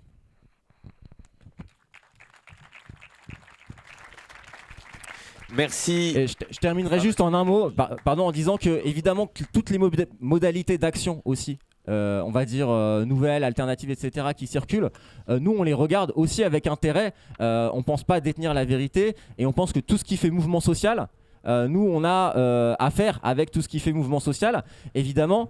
Et quand on entend le mot d'ordre Blon-Contoux, on le regarde aussi avec beaucoup d'intérêt, parce que c'est un mot d'ordre que nous on a porté depuis des années. Voilà. Mais par contre, on pense que pour vraiment tout bloquer, ça doit aussi passer par la grève. Et ça ne veut pas dire qu'il ne faut pas faire autre chose, qu'il ne faut pas faire des blocages, qu'il ne faut pas tenir les ronds-points, parce que tout ça, ça se renforce. Mais que par contre, ça ne peut pas nous éviter la question de la construction de la grève, qui est évidemment la question la plus difficile, parce que c'est le plus dur à faire, mais que si on l'esquive, on ne gagnera pas. Et donc c'est à ça que nous aussi, on va essayer de s'atteler dans les semaines prochaines, et on va essayer de le faire évidemment, et on souhaite le faire de la manière la plus unitaire possible. Merci beaucoup. Ce que je propose qu'on passe à une petite séance de questions-réponses après, et on ajoutera dans cette séquence et dans la conclusion ensuite la question de l'extrême droite. Juste avant de passer aux questions-réponses, je voulais juste donner la parole à Héloïse Lefebvre-Milon, co-secrétaire générale de l'Union étudiante, pour qu'elle puisse aussi nous dire du côté des étudiants comment vous appréhendez la rentrée et comment et à quoi vous préparez sur les prochaines semaines. Si Héloïse peut peut-être... Ah oui, pardon.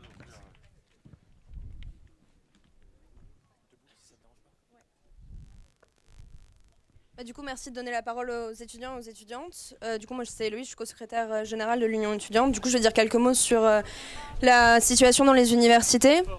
Donc, ce qui est prévu aussi pour la rentrée. Du coup, du côté étudiant, ça prépare à grands pas la date du 10 septembre dont on parle maintenant depuis un moment, parce qu'on considère que c'est une première date de mobilisation contre le budget de Bayrou qui prépare l'austérité. Donc ce budget, c'est pour nous la goutte de trop qui doit permettre un déferlement populaire et qui doit réussir à mettre en échec un gouvernement illégitime qui nous mène une guerre sociale et une guerre raciste. L'an dernier, déjà dans les universités, ce qu'il faut savoir, ça a été peu couvert médiatiquement, mais il y a une grande mobilisation dans les universités déjà contre les coupes budgétaires l'année dernière, dont on a tiré un certain nombre de leçons avec l'Union étudiante. C'était déjà un premier goût de ce qui se prépare déjà pour la rentrée. C'était 1,5 milliard de coupes budgétaires dans le budget de l'enseignement supérieur et de la recherche, alors même qu'il y a 80% des universités qui ont fini l'année 2024 en déficit. Les conséquences de ces coupes budgétaires, elles sont très concrètes, elles étaient déjà très prévisibles. C'est la dégradation continue de nos conditions d'études, l'explosion de la précarité étudiante, alors qu'il y a déjà 80% des étudiants qui sont pauvres, presque 20% qui vivent des banques alimentaires. C'est aussi la dégradation de nos conditions d'études. À la précarité étudiante s'ajoute désormais celle de l'enseignement supérieur. C'est la pénurie des enseignants, la pénurie, la réduction des contrats doctoraux, la dégradation de la qualité des formations, des bâtiments qui sont en ruine, qui s'écroulent parfois directement sur les étudiants. Ces coupes budgétaires, elles n'ont que d'autres effets que d'augmenter le tri social, le tri raciste à l'université. Et donc ces coupes budgétaires, elles organisent un véritable parcours du combattant pour les étudiants et les étudiantes, qui sert le projet de société des macronistes et des libéraux. Leur projet pour les universités, il est très clair, c'est qu'il y ait des entreprises qui financent des facs d'élite réservées à la bourgeoisie, et qu'à côté, il y ait des facs poubelles dans lesquelles les enfants d'ouvriers sont obligés d'aller parce qu'ils insistent pour continuer leurs études malgré Parcoursup. C'est leur projet, c'est aussi de professionnaliser l'ensemble des filières pour que tous les lycéens qui entrent à la fac, ils aient des compétences taillées sur les besoins du patronat. Leur projet, c'est aussi d'aggraver la précarité étudiante pour pouvoir fournir de la main-d'œuvre pas chère aux entreprises qui ont besoin du salariat étudiant pour continuer à faire des marges indécentes.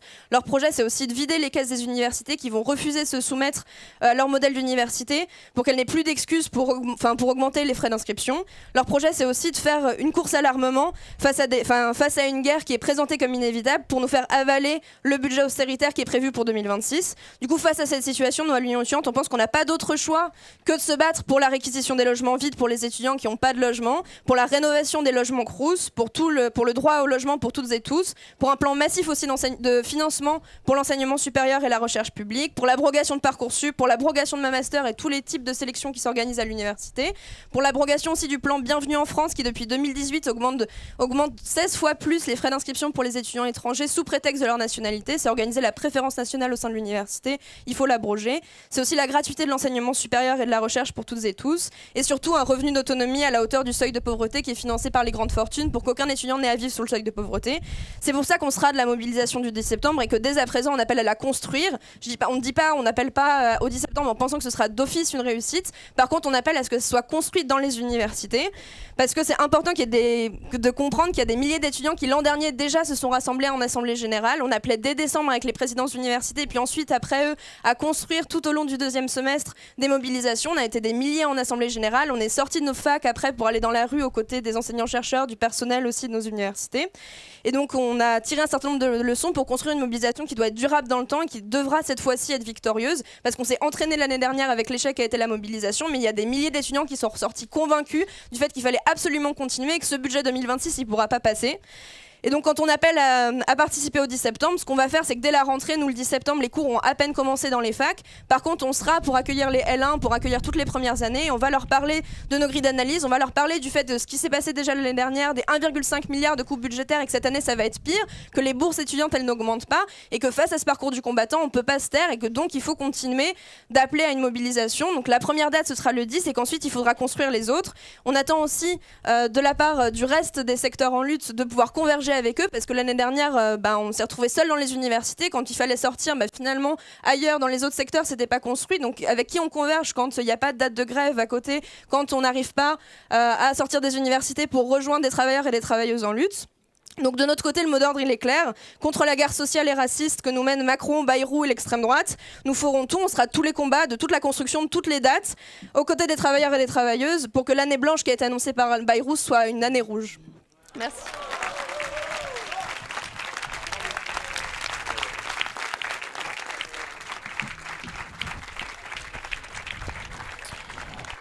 On va prendre peut-être 2-3 questions et il risque d'y en avoir plus, voilà. Et ensuite on pourra passer à un mot à mon avis de conclusion parce que le temps tourne rapidement. Merci, je peux ? Merci. Moi, j'ai la fierté de faire partie du syndicat qui appelle dès le 25 août à se mobiliser. Petit souci, on est des soignants, donc on risque d'être réquisitionnés. Voilà, donc sachez-le, il faut aussi prendre en compte ce genre de choses. Moi, j'ai une question qui est sur toutes les lèvres. Je fais partie des canaux des AG du 10 septembre. Bloquons tout, comme tu l'as dit. Il faut se rappeler de ce mot d'ordre. Beaucoup de gens qui en font partie disent que ce n'est qu'un début, donc ils ne sont pas forcément polarisés sur le 10 septembre. Donc là-dessus, on est assez calme. Mais ce que beaucoup de gens évoquent, qu'ils soient militants ou non, c'est la question de la grève perlée. En 2023, c'était des grèves perlées. Il y a eu 14 jours de grève et il y a des camarades de la CGT qui ont quand même fait grève pendant plus de 2 mois, notamment des cheminots, et qui voient bien que ça n'a pas fonctionné et qui ont remis en cause aussi cette manière de fonctionner. Je ne mets pas en cause, on est là, on va faire avec ce qu'il y a, avec la colère de maintenant. 2023, c'est passé. Mais peut-être qu'il faut apprendre quelque chose de cette question qui, peut-être, elle ne s'est pas posée là, et je comprends, mais qui se pose en l'occurrence dans tous les canaux du 10 septembre. Je vous le dis, je vous le remets, c'est pas moi, c'est pas juste mon opinion, c'est quelque chose que je remets, puisque c'est un débat qui a été collectif. Je vous le repose. Et par ailleurs, je me permets, je vais renvoyer quand même une responsabilité à chacun. La neutralité, c'est pas une bonne chose, parce que ça profite toujours aux dominants, donc je renvoie à chacun. Vous n'êtes pas content de comment ça se passe dans les syndicats pour le 10 septembre ? Syndiquez-vous. Venez influer sur les décisions. Venez faire comme nous. Mais par ailleurs, je voudrais interpeller aussi toutes les directions syndicales de manière collective en disant que ce qu'on dit, c'est aussi parfois ce qu'on fait. Or, dire quelque chose, ça peut aussi provoquer de l'action. Je vous remercie de m'avoir écouté.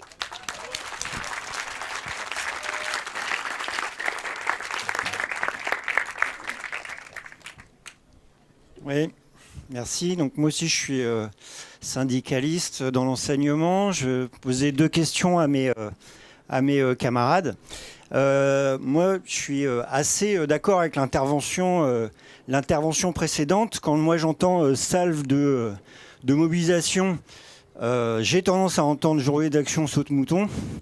Alors, est-ce que on va se saisir du 10 en utilisant justement le mot d'ordre de blocage, parce que c'est bien la question du blocage, effectivement, des salariés nous disent, si les 14 journées de grève qu'on a fait en 2023 sur les retraites, on les avait fait d'un coup, et qu'on avait cherché à tout bloquer, peut-être qu'on aurait réussi à gagner. Donc cette question-là, la question se pose de voir comment on fait à partir du 10 septembre, et moi je suis pour appuyer à fond cette journée, pour voir si on peut aussi dégager des actions de blocage.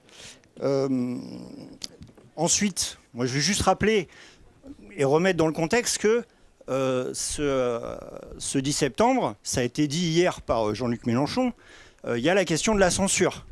Et j'ai entendu l'histoire des 4000 suppressions de postes qui ont été annulées. Elles ont été annulées aussi, il faut le dire, parce que y a eu une collusion d'un parti politique qui s'appelle le Parti Socialiste, oui, pour dire on va essayer de grappiller des choses pour ne pas censurer le gouvernement Bayrou. Moi, je ne suis pas forcément pour refaire la même limonade. La question, elle est aussi d'utiliser cette pression, là, maintenant, tout de suite, pour chasser le gouvernement Bayrou et chasser Macron. Ensuite, j'ai une deuxième question, très rapidement. C'est la question de la guerre. Le budget des services publics, le budget de l'État et d'une façon générale le budget Bayrou est totalement lié avec la question de la guerre, la question de Macron, des 5% du PIB décidés unilatéralement, tout seul, sans aucun mandat de qui que ce soit, qui aboutirait à un budget de 100 milliards par an, c'est-à-dire 1,5 fois le budget de l'éducation nationale, qui est moi mon secteur.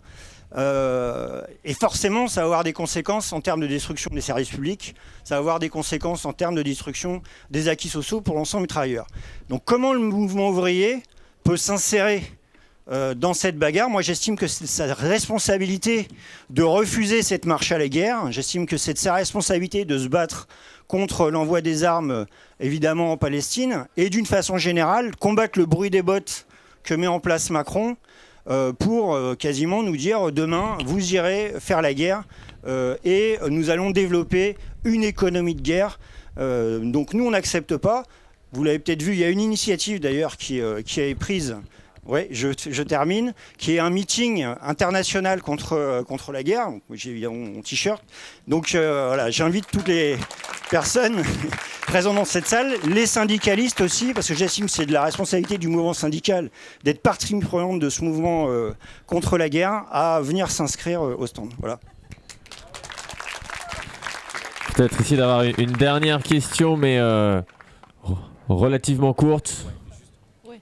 Oui, bah moi je suis syndicaliste à la CGT et à l'énergie, mais je parle en mon nom propre et pas au nom de qui que ce soit. Je pense qu'effectivement, il y a un premier sujet sur lequel on doit discuter. Là, vous parlez de la conscientisation. Moi, il me semble que la conscientisation, elle est quand même assez claire dans la tête des salariés.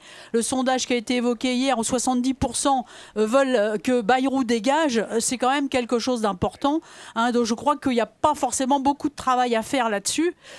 Et comme je suis à la CGT, la question de la double besogne, elle s'impose quand même un peu à nous. Je dis ça pour Thomas, parce que j'ai entendu plein de choses très bien, mais à la CGT, c'est les revendications immédiates, mais on veut aussi changer quand même le système. Donc je pense que là-dessus, il n'y a pas de souci. Par ailleurs, la question de l'extrême droite, parce que moi j'aimerais bien aussi le meilleur soutien à Bayrou aujourd'hui, c'est l'extrême droite. Donc je veux dire, il faut quand même être clair. Donc là-dessus, c'est vraiment très, très, très net, cette question. Et l'appel du 10, si vous avez lu les textes, c'est antiraciste. Ça parle de la loi du plomb. Donc ça, c'est contre la droite, l'extrême droite et les macronistes. Donc je crois qu'on est très... Enfin, je pense qu'il faut que les directions... des confédérations soient très tranquilles là-dessus. Moi, je rebondis aussi sur la question du budget de guerre. J'aimerais bien avoir votre avis là-dessus, parce que, en effet, ça n'a pas été évoqué. Alors que c'est quand même une question centrale, puisqu'on trouve de l'argent pour la guerre, mais on ne trouverait pas d'argent pour les écoles et les universités. Donc voilà, moi je voulais redire ça simplement. Et une dernière question, juste une question quand même sur l'unité. Parce que la CFDT, moi, excusez-moi, j'ai quand même un petit souci avec la CFDT. Eh oui, voilà. Alors, je vais vous expliquer qu'à Paris, il y a un mouvement, donc la CGT, FO, FSU et Solidaire appellent à un rassemblement mardi 26, place de la République, parce que la CFDT à Paris, elle invite qui? Monsieur Bayrou pour discuter. Là, il y a quand même un petit problème. Donc, voilà. Donc, oui, l'unité sur les revendications, mais du coup, la question des budgets de guerre, peut-être que ça fait une ligne de rupture aussi avec certains. Voilà. Merci. Merci les camarades pour vos questions. Je vais redonner la parole tout de suite. Simplement, rappeler que, y compris nous du côté de la France Insoumise, on entend et on respecte ce que vous avez exprimé sur la question notamment de vos procédures internes, de vos discussions internes. Et quelque part, c'est justement pour ça qu'on vous a invité. Parce que les syndicats aujourd'hui sont le point de centralité et ont la mission spécifique de l'organisation du salariat, de la défense des salariés, de la lutte spécifique dans ce milieu-là de la société. Et parce que vos décisions sont les vôtres, mais qu'elles participent d'une certaine manière d'un combat général qui nous intéresse, je pense que c'est bien qu'on puisse avoir justement cet échange où vous puissiez expliquer, y compris à celles et ceux qui ne seraient pas syndicalistes, quels sont les modes de fonctionnement, les raisons de ces fonctionnements, les raisons de ces prises de décision, mais également qu'il puisse y avoir l'échange de l'aspiration des militantes et des militants qui, certes, sont conscientisés, mais veulent participer de cette bataille et attendent, je le crois, avec intérêt les décisions et qui seront prises par les organisations syndicales. Et je ne peux que relayer et appuyer les appels qui ont été faits à dire si certaines et certains veulent se préoccuper de la vie des syndicats, participer aussi de ces organisations et ne restez pas sur le côté. Pour répondre aux différentes questions qui ont été posées, et je pense qu'on en fera le mot de conclusion parce que le temps tourne et donc prenez le temps tranquillement de pouvoir répondre à ces questions-là. On va faire dans l'ordre inverse, à partir d'Aurélien pour revenir à Thomas. J'ajoute, même si ça transparaît dans une question, le fait que dans ce mot de conclusion, je pense qu'il serait bien qu'on puisse justement aborder la question de la lutte contre l'extrême droite et contre le Rassemblement national, parce que ça a été dit, vos organisations ont participé et de fait créé, impulsé le Front populaire au moment de la dissolution et des élections législatives de 2024, et que la question de la capacité de notre camp social à trouver, y compris des modes d'action communs, à défendre, à construire un bloc social face à l'extrême droite et au Rassemblement national. Et je le dis, moi de mon point de vue, les organisations syndicales ont été exemplaires au moment où nous étions à un point de rupture historique et où l'extrême droite aurait pu arriver au pouvoir dans notre pays. Et à ce moment-là, l'ensemble de vos organisations a été au rendez-vous et ont été même plus qu'au rendez-vous, parce qu'elles n'ont pas été au rendez-vous d'une demande qu'auraient fait certains, mais ont pris l'initiative de poser cet acte extrêmement fort. Et je crois y compris qu'on peut toutes et tous vous remercier pour cela, parce que c'est pas un moment anodin que nous avons connu l'année dernière. Et donc je pense que c'est bien de pouvoir aussi aborder la continuité de la lutte contre l'extrême droite dans ce temps de conclusion. Peut-être, je ne sais pas où est le second micro, peut-être Aurélien Boudon pour l'Union syndicale solidaire peut commencer. Quand il faut dire du mal du projet de budget, je suis en dernier, et puis quand on se fait engueuler, c'est moi qui commence. Quoi. On peut faire autrement. Non, il n'y a pas de souci, je prends. Non, mais faut pas le prendre comme des engueulades, par ailleurs. Non, je pense. Je le dis en rigolant et de manière d'autant plus décontractée que ce que je vous raconte, de toute façon, comme Thomas et Caroline, c'est le fruit de discussions collectives. Et je vais commencer sur le début des questions, donc qui était la poursuite de ce qu'on avait pu développer sur la question des grèves perlées, des appels à tout bloquer, etc. Alors on peut dire que 2023 c'est derrière nous, mais je pense que c'est important de tirer des bilans, notamment quand il y a des mobilisations aussi importantes. Et nos organisations en ont tiré. Et on peut revenir sur les luttes et il ne s'agit pas de renvoyer à des facteurs extérieurs l'ensemble des responsabilités. Je pense que c'est le bon exemple pour le coup, et que nos organisations sont relativement tranquilles, que sur la question d'espacer les journées de grève, donc moi la stratégie opposée que je vois à ça, c'est la question de la grève reconductible. Je crois que nos organisations, elles ont proposé cette modalité d'action, elles l'ont fait savoir, elles l'ont dit publiquement.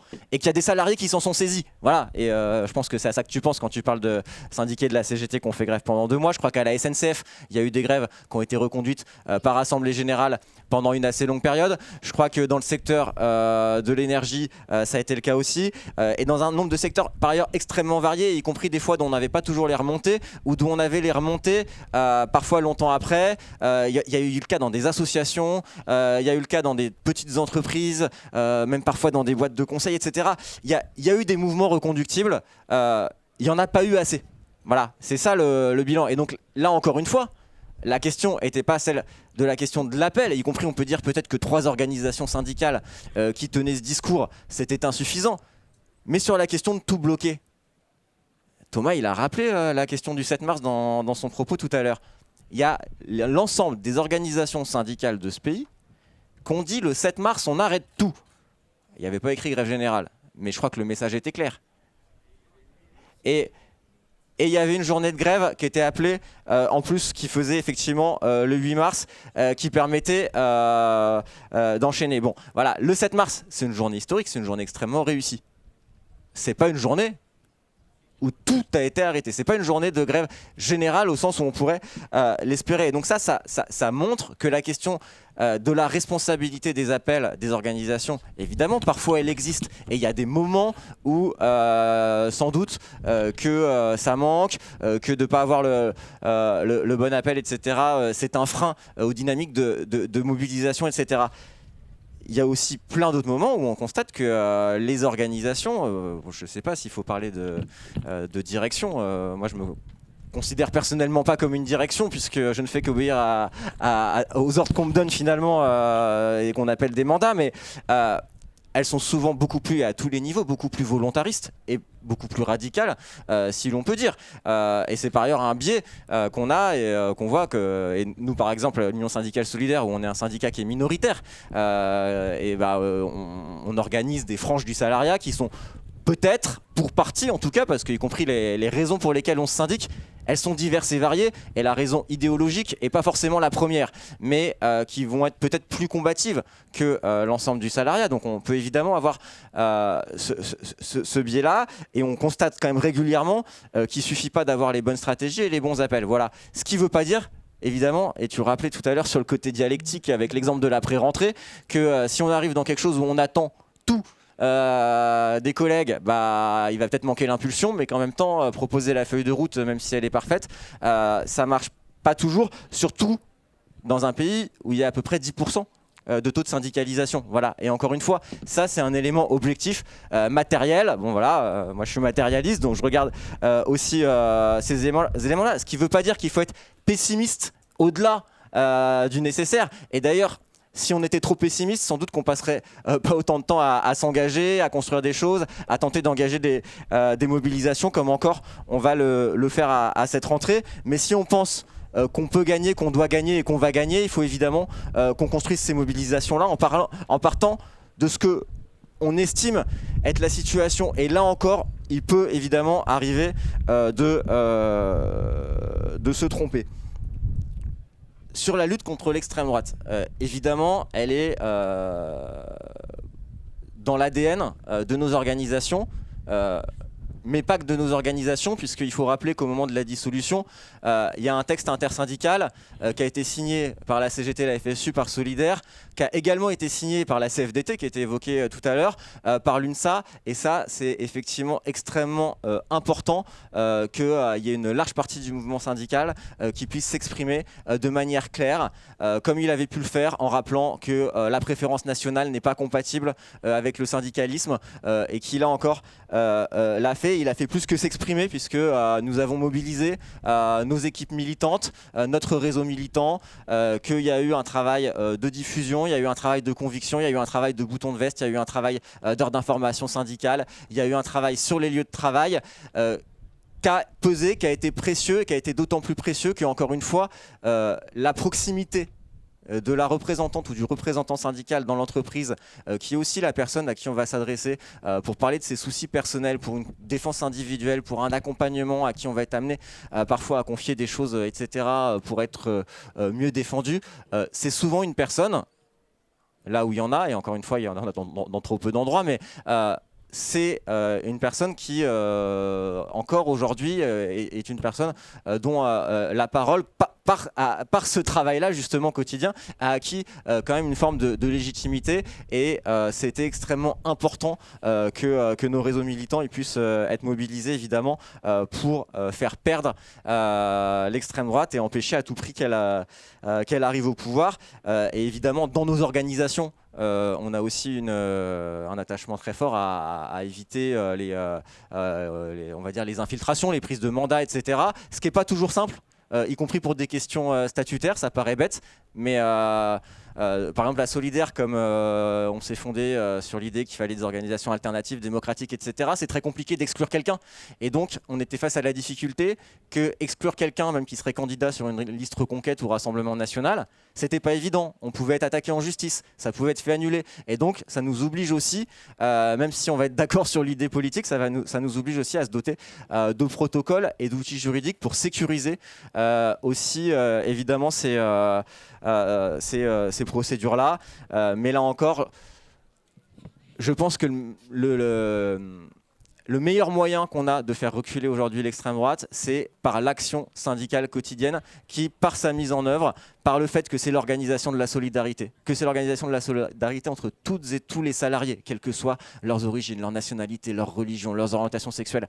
De fait, c'est contradictoire avec le projet de l'extrême droite, sans parler évidemment de la revendication d'un meilleur partage des richesses, et que quand on a aujourd'hui le principal parti d'extrême droite qui est évidemment dirigé par une châtelaine millionnaire, on voit bien que ces gens-là ne peuvent pas sérieusement, comme ils le font, prétendre représenter les intérêts aujourd'hui des salariés. Mais donc c'est évidemment pour nous un axe fort et sur lequel on ne transige pas et qui évidemment reste d'une brûlante actualité, puisque on sait que un an après ce mois de juillet 2024, le danger est loin d'être écarté, et donc évidemment il faut qu'on reste extrêmement mobilisé là-dessus aussi.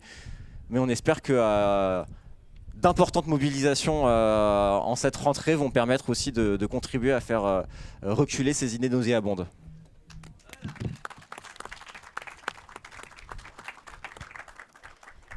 Alors pour ce qui est, je vais passer directement à l'extrême droite parce que la majorité des questions étaient pour les gros syndicats professionnels, donc il n'y a aucun souci. Hein. Mais oui.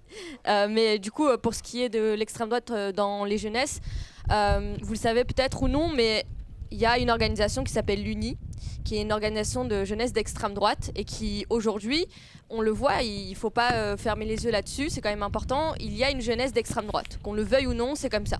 Il y a une jeunesse d'extrême droite à tel point que l'UNI est au Conseil supérieur de l'éducation aujourd'hui. Donc elle a été élue avec l'Union étudiante et on leur fait confiance pour combattre l'UNI dans ces instances-là par ailleurs. Mais ce que je veux dire, c'est que c'est notre rôle aussi à nous, en tant que jeunes, en tant que aussi vous, parents, grands-parents, peu importe, de faire comprendre à cette jeunesse que non, la poudre de perlimpinpin de l'extrême droite ne fonctionnera pas. Alors oui, ils présentent certaines choses qui peuvent attirer en leur disant qu'ils vont mieux vivre, en disant qu'ils vont augmenter les salaires, enfin plein de trucs. Mais c'est aussi quelque chose qui est assez dangereux parce qu'on est une génération où les réseaux sociaux ont une grosse importance dans notre vie, ils sont là tout le temps, et donc en fait, la lutte antifasciste, la lutte contre l'extrême droite ne s'arrête pas à la lutte dans la rue ou dans les instances, elle va aussi sur les réseaux sociaux, et donc c'est notre rôle que d'alerter, que de faire prendre conscience aux jeunesses que non, l'extrême droite n'est pas une option, l'extrême droite ne sera jamais une option, et ce n'est pas une fatalité que de se retrouver avec Jordan Bardella ou Marine Le Pen au pouvoir. Ensuite, ce qui est important de rappeler, c'est que on est dans un tournant où, ça a été dit tout à l'heure un petit peu, mais c'est très instable politiquement. C'est très instable politiquement et c'est favorable du coup aux mobilisations, mais c'est aussi à double tranchant. C'est-à-dire que ça peut être tout autant favorable pour nous, mais ça peut être tout autant favorable pour l'extrême droite qui peut du jour au lendemain, grâce aux médias, grâce à Bolloré, grâce à tous les milliardaires qui détiennent des relais en fait, qui continuent de gangréner la société avec leur idéologie raciste, fasciste, et vous connaissez toute la suite. Mais ce qui est là important dans cette lutte contre l'extrême droite, c'est qu'il faut qu'elle soit continue. Bon, j'apprends rien à personne en disant ça, j'espère, mais c'est qu'il faut, même quand on pense que ça ne va pas marcher, même qu'on se dit que c'est résiduel et que nous, on n'a pas la légitimité de le faire, bah si, en tant que jeune, en tant que syndicaliste, en tant que lycéen, lycéenne, en tant qu'étudiant, étudiante, on a la légitimité de le faire parce que on est le futur de ce pays. Et si nous, on ne le fait pas maintenant, c'est demain le pays qui tombe dans le fascisme. Alors je ne vais pas en rajouter plus parce qu'on est un peu à la bourre, mais en tout cas, faites passer le mot, que vous ayez des enfants, lycéens, lycéennes, que vous ayez des petits-enfants, dites-leur de s'intéresser à ce qui se passe, dites-leur de se syndiquer aussi, c'est important quand même, parce que la lutte contre l'extrême droite, ça commence dès le plus jeune âge. Merci.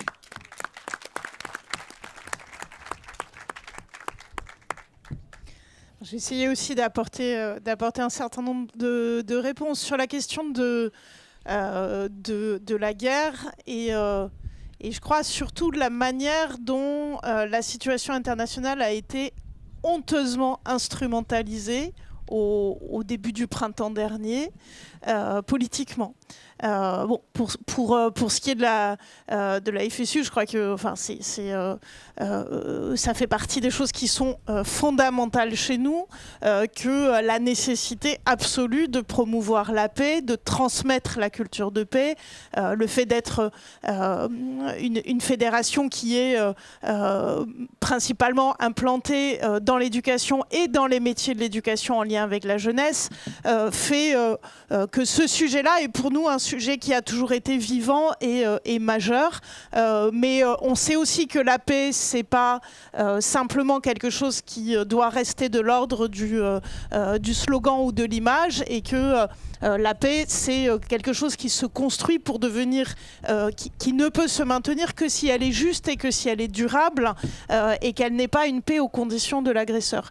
Pour autant, nous, on a des très rapidement dénoncer ce que je disais à l'instant, la manière dont honteusement le gouvernement de Bayrou a utilisé l'inquiétude très forte de la population pour crédibiliser sa politique d'austérité. Et là, il y a véritablement une arme extrêmement forte qui pèse dans les consciences. Ce que je disais tout à l'heure en disant, est-ce que à cette rentrée, on sera sorti de la chape de plomb qui a pesé sur les mobilisations l'année dernière.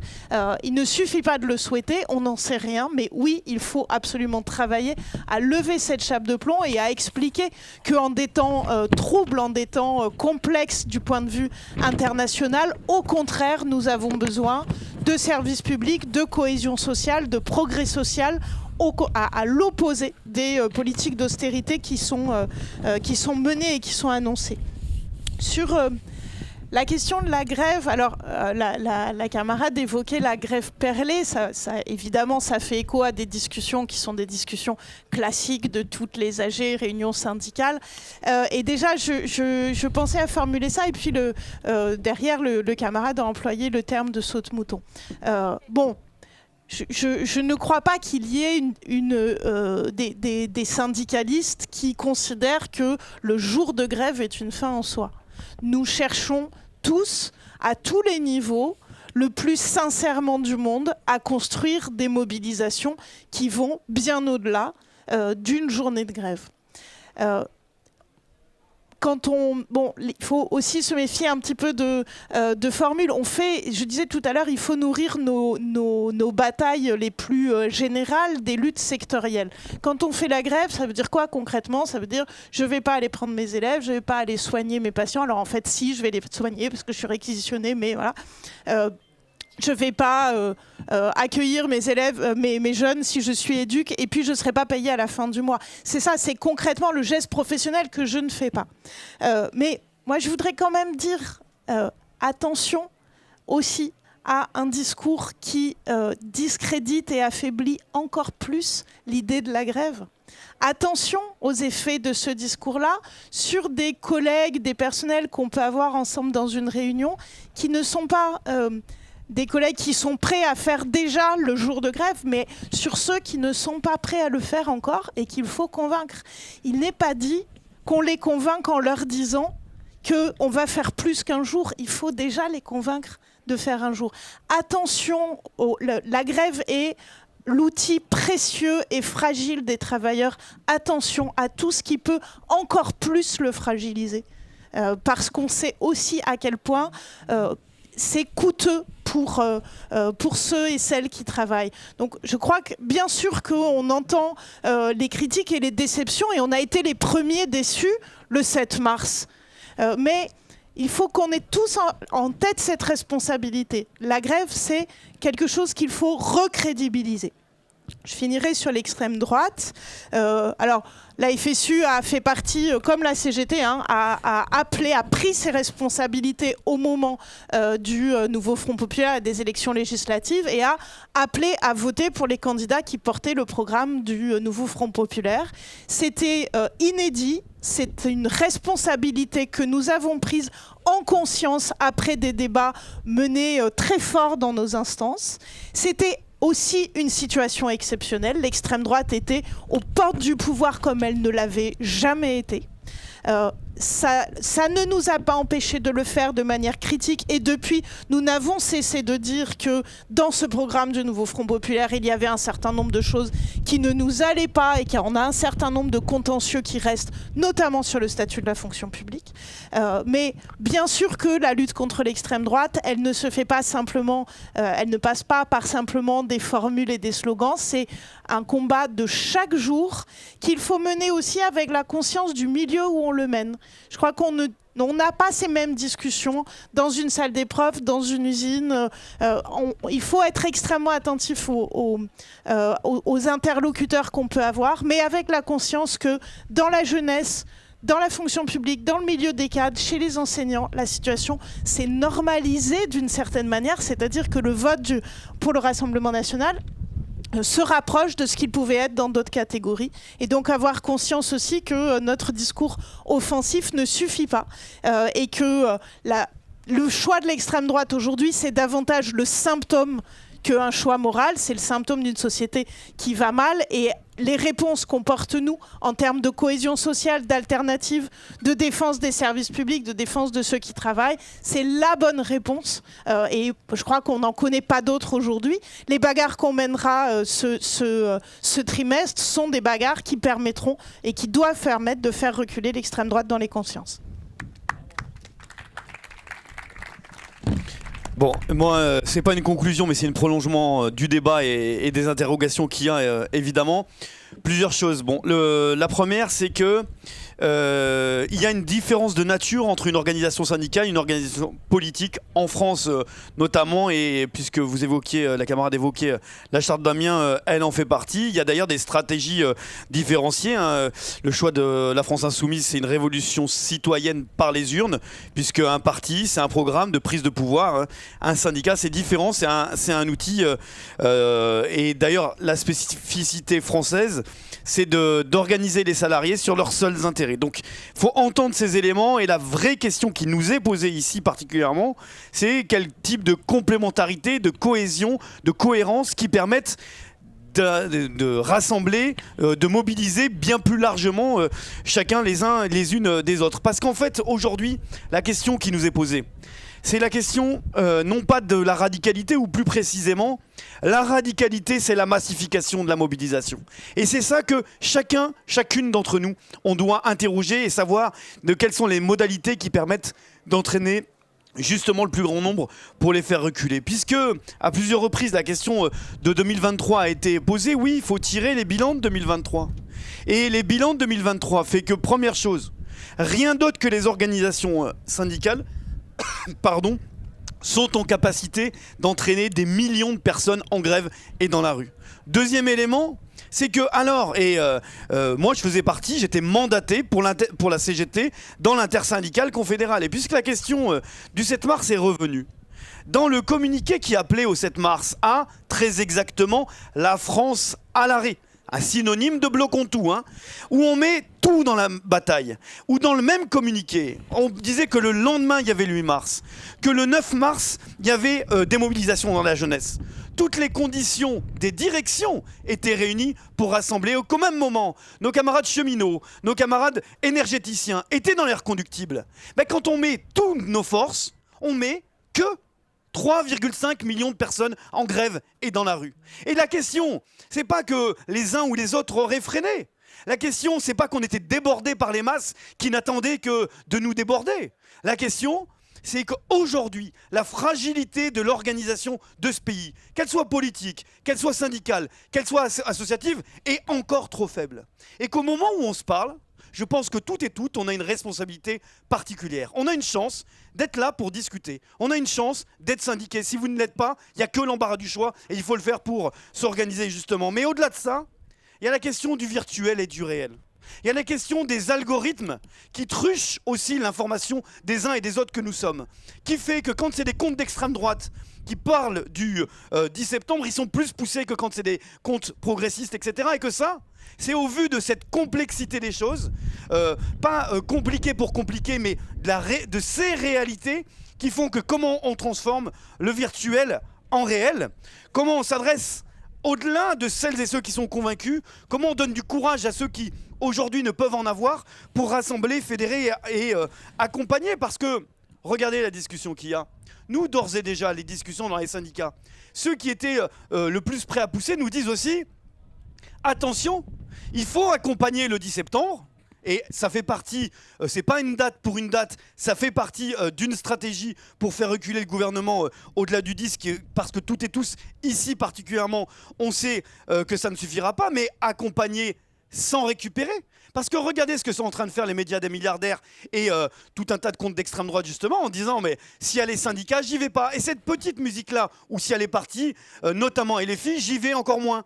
Cette petite musique-là, il faut y être attentif sur comment on fait aujourd'hui, concrètement, pour mobiliser chez vous, dans vos entreprises, dans vos services, vos collègues de boulot, pour que le 2, puisqu'il y a une camarade de l'énergie, ça soit le plus massif possible, que la première victoire qui est devant nous, ce soit le 2, d'abord pour les agents, ensuite pour les gens, sur la question des factures d'énergie, parce que ça compte concrètement pour les vies des gens. Et qu'une victoire pour les uns, elle sera utile pour tous les autres, parce que ce qui nous manque le plus, c'est pas des appels à la grève, c'est des victoires qui donnent des perspectives, qui donnent envie de se mobiliser, qui montrent que voter c'est utile, que s'organiser c'est utile, que se syndiquer c'est utile, parce que ça change notre vie concrètement. Pas en réunion, dans notre vie au quotidien, sur notre fiche de paye, sur notre fin de vie pour la retraite et tous les autres éléments. Et c'est à ça que ici, et je terminerai là-dessus, la question nous est posée. Parce que cette chance précieuse d'être conscient, conscientisé, rassemblé, des moments importants de respiration pour être autre chose que sur notre fin du mois et notre fin de vie, c'est comment on fait pour s'adresser au plus grand nombre, pour rassembler. Il est minuit moins 5. Peu importe l'heure exacte, tout le monde mesure bien la gravité. Ce qu'on a essayé de faire en intersyndical, par exemple, c'est de s'adresser, de discuter sans s'insulter. Jamais vous verrez dans les médias interposés, le moins possible en tout cas, mais pas le moins possible en fait. Concrètement, moi j'ai des désaccords très forts avec plein de stratégies d'organisation syndicale, mais je les respecte. Parce que les respecter, c'est aussi permettre de les fédérer et d'aller plus loin. Et à ce moment-là où on se parle, où il y a Trump, Poutine, Netanyahou, Mélanie, et la liste est tellement longue, quand les progressistes que nous sommes, aujourd'hui, avec le niveau de conscience qu'on a, on doit être délicat entre nous, précautionneux des stratégies. Je ne partage pas toutes les stratégies de la France insoumise, mais bien, je m'en garde parce que je suis attentif, parce que je me dis que vous avez une responsabilité, que j'ai une responsabilité, que nous avons une responsabilité pour essayer d'entraîner le plus grand nombre et les faire reculer. Vous savez, sur la question d'extrême droite, par exemple, nous, on pense que l'axe, c'est d'abord la question sociale. Parce que plus on parlera de social, plus ils rentreront d'où ils viennent. Ils sont contre la cotisation sociale, ils font croire de parler du net, ils sont contre l'augmentation du SMIC, ils sont contre l'indexation des salaires sur les prix, ils sont pour la simplification patronale, pour la loi du plomb. C'est ça l'extrême droite et c'est ça qu'il faut démythifier. Et quand on rentre dans un syndicat, on ne commence pas par les valeurs, mais on finit par celle-ci. Parce que rentrer dans une organisation syndicale, pas quand on a la chance d'être politisé comme vous l'êtes, mais quand on ne l'est pas, le dernier maillon, au fin fond de la Haute-Loire d'où je viens, où c'est vrai dans la Somme et c'est vrai dans tous les départements dont vous voyez très bien de ce que je viens de dire, où c'est désindustrialisé, où il n'y a plus de perspective, le dernier maillon, c'est l'organisation syndicale. Et pour cette question-là, on le dit, attention les uns les autres, on accompagne, on fédère, on rassemble, on donne des perspectives et quand on n'est pas d'accord, on se le dit sincèrement, pas par les médias des milliardaires. C'est possible de les faire reculer, on va y arriver avec précaution, intelligence collective, c'est le chemin qui est devant nous. Merci à toutes et tous d'avoir participé, merci à vous pour votre présence et pour vos réponses.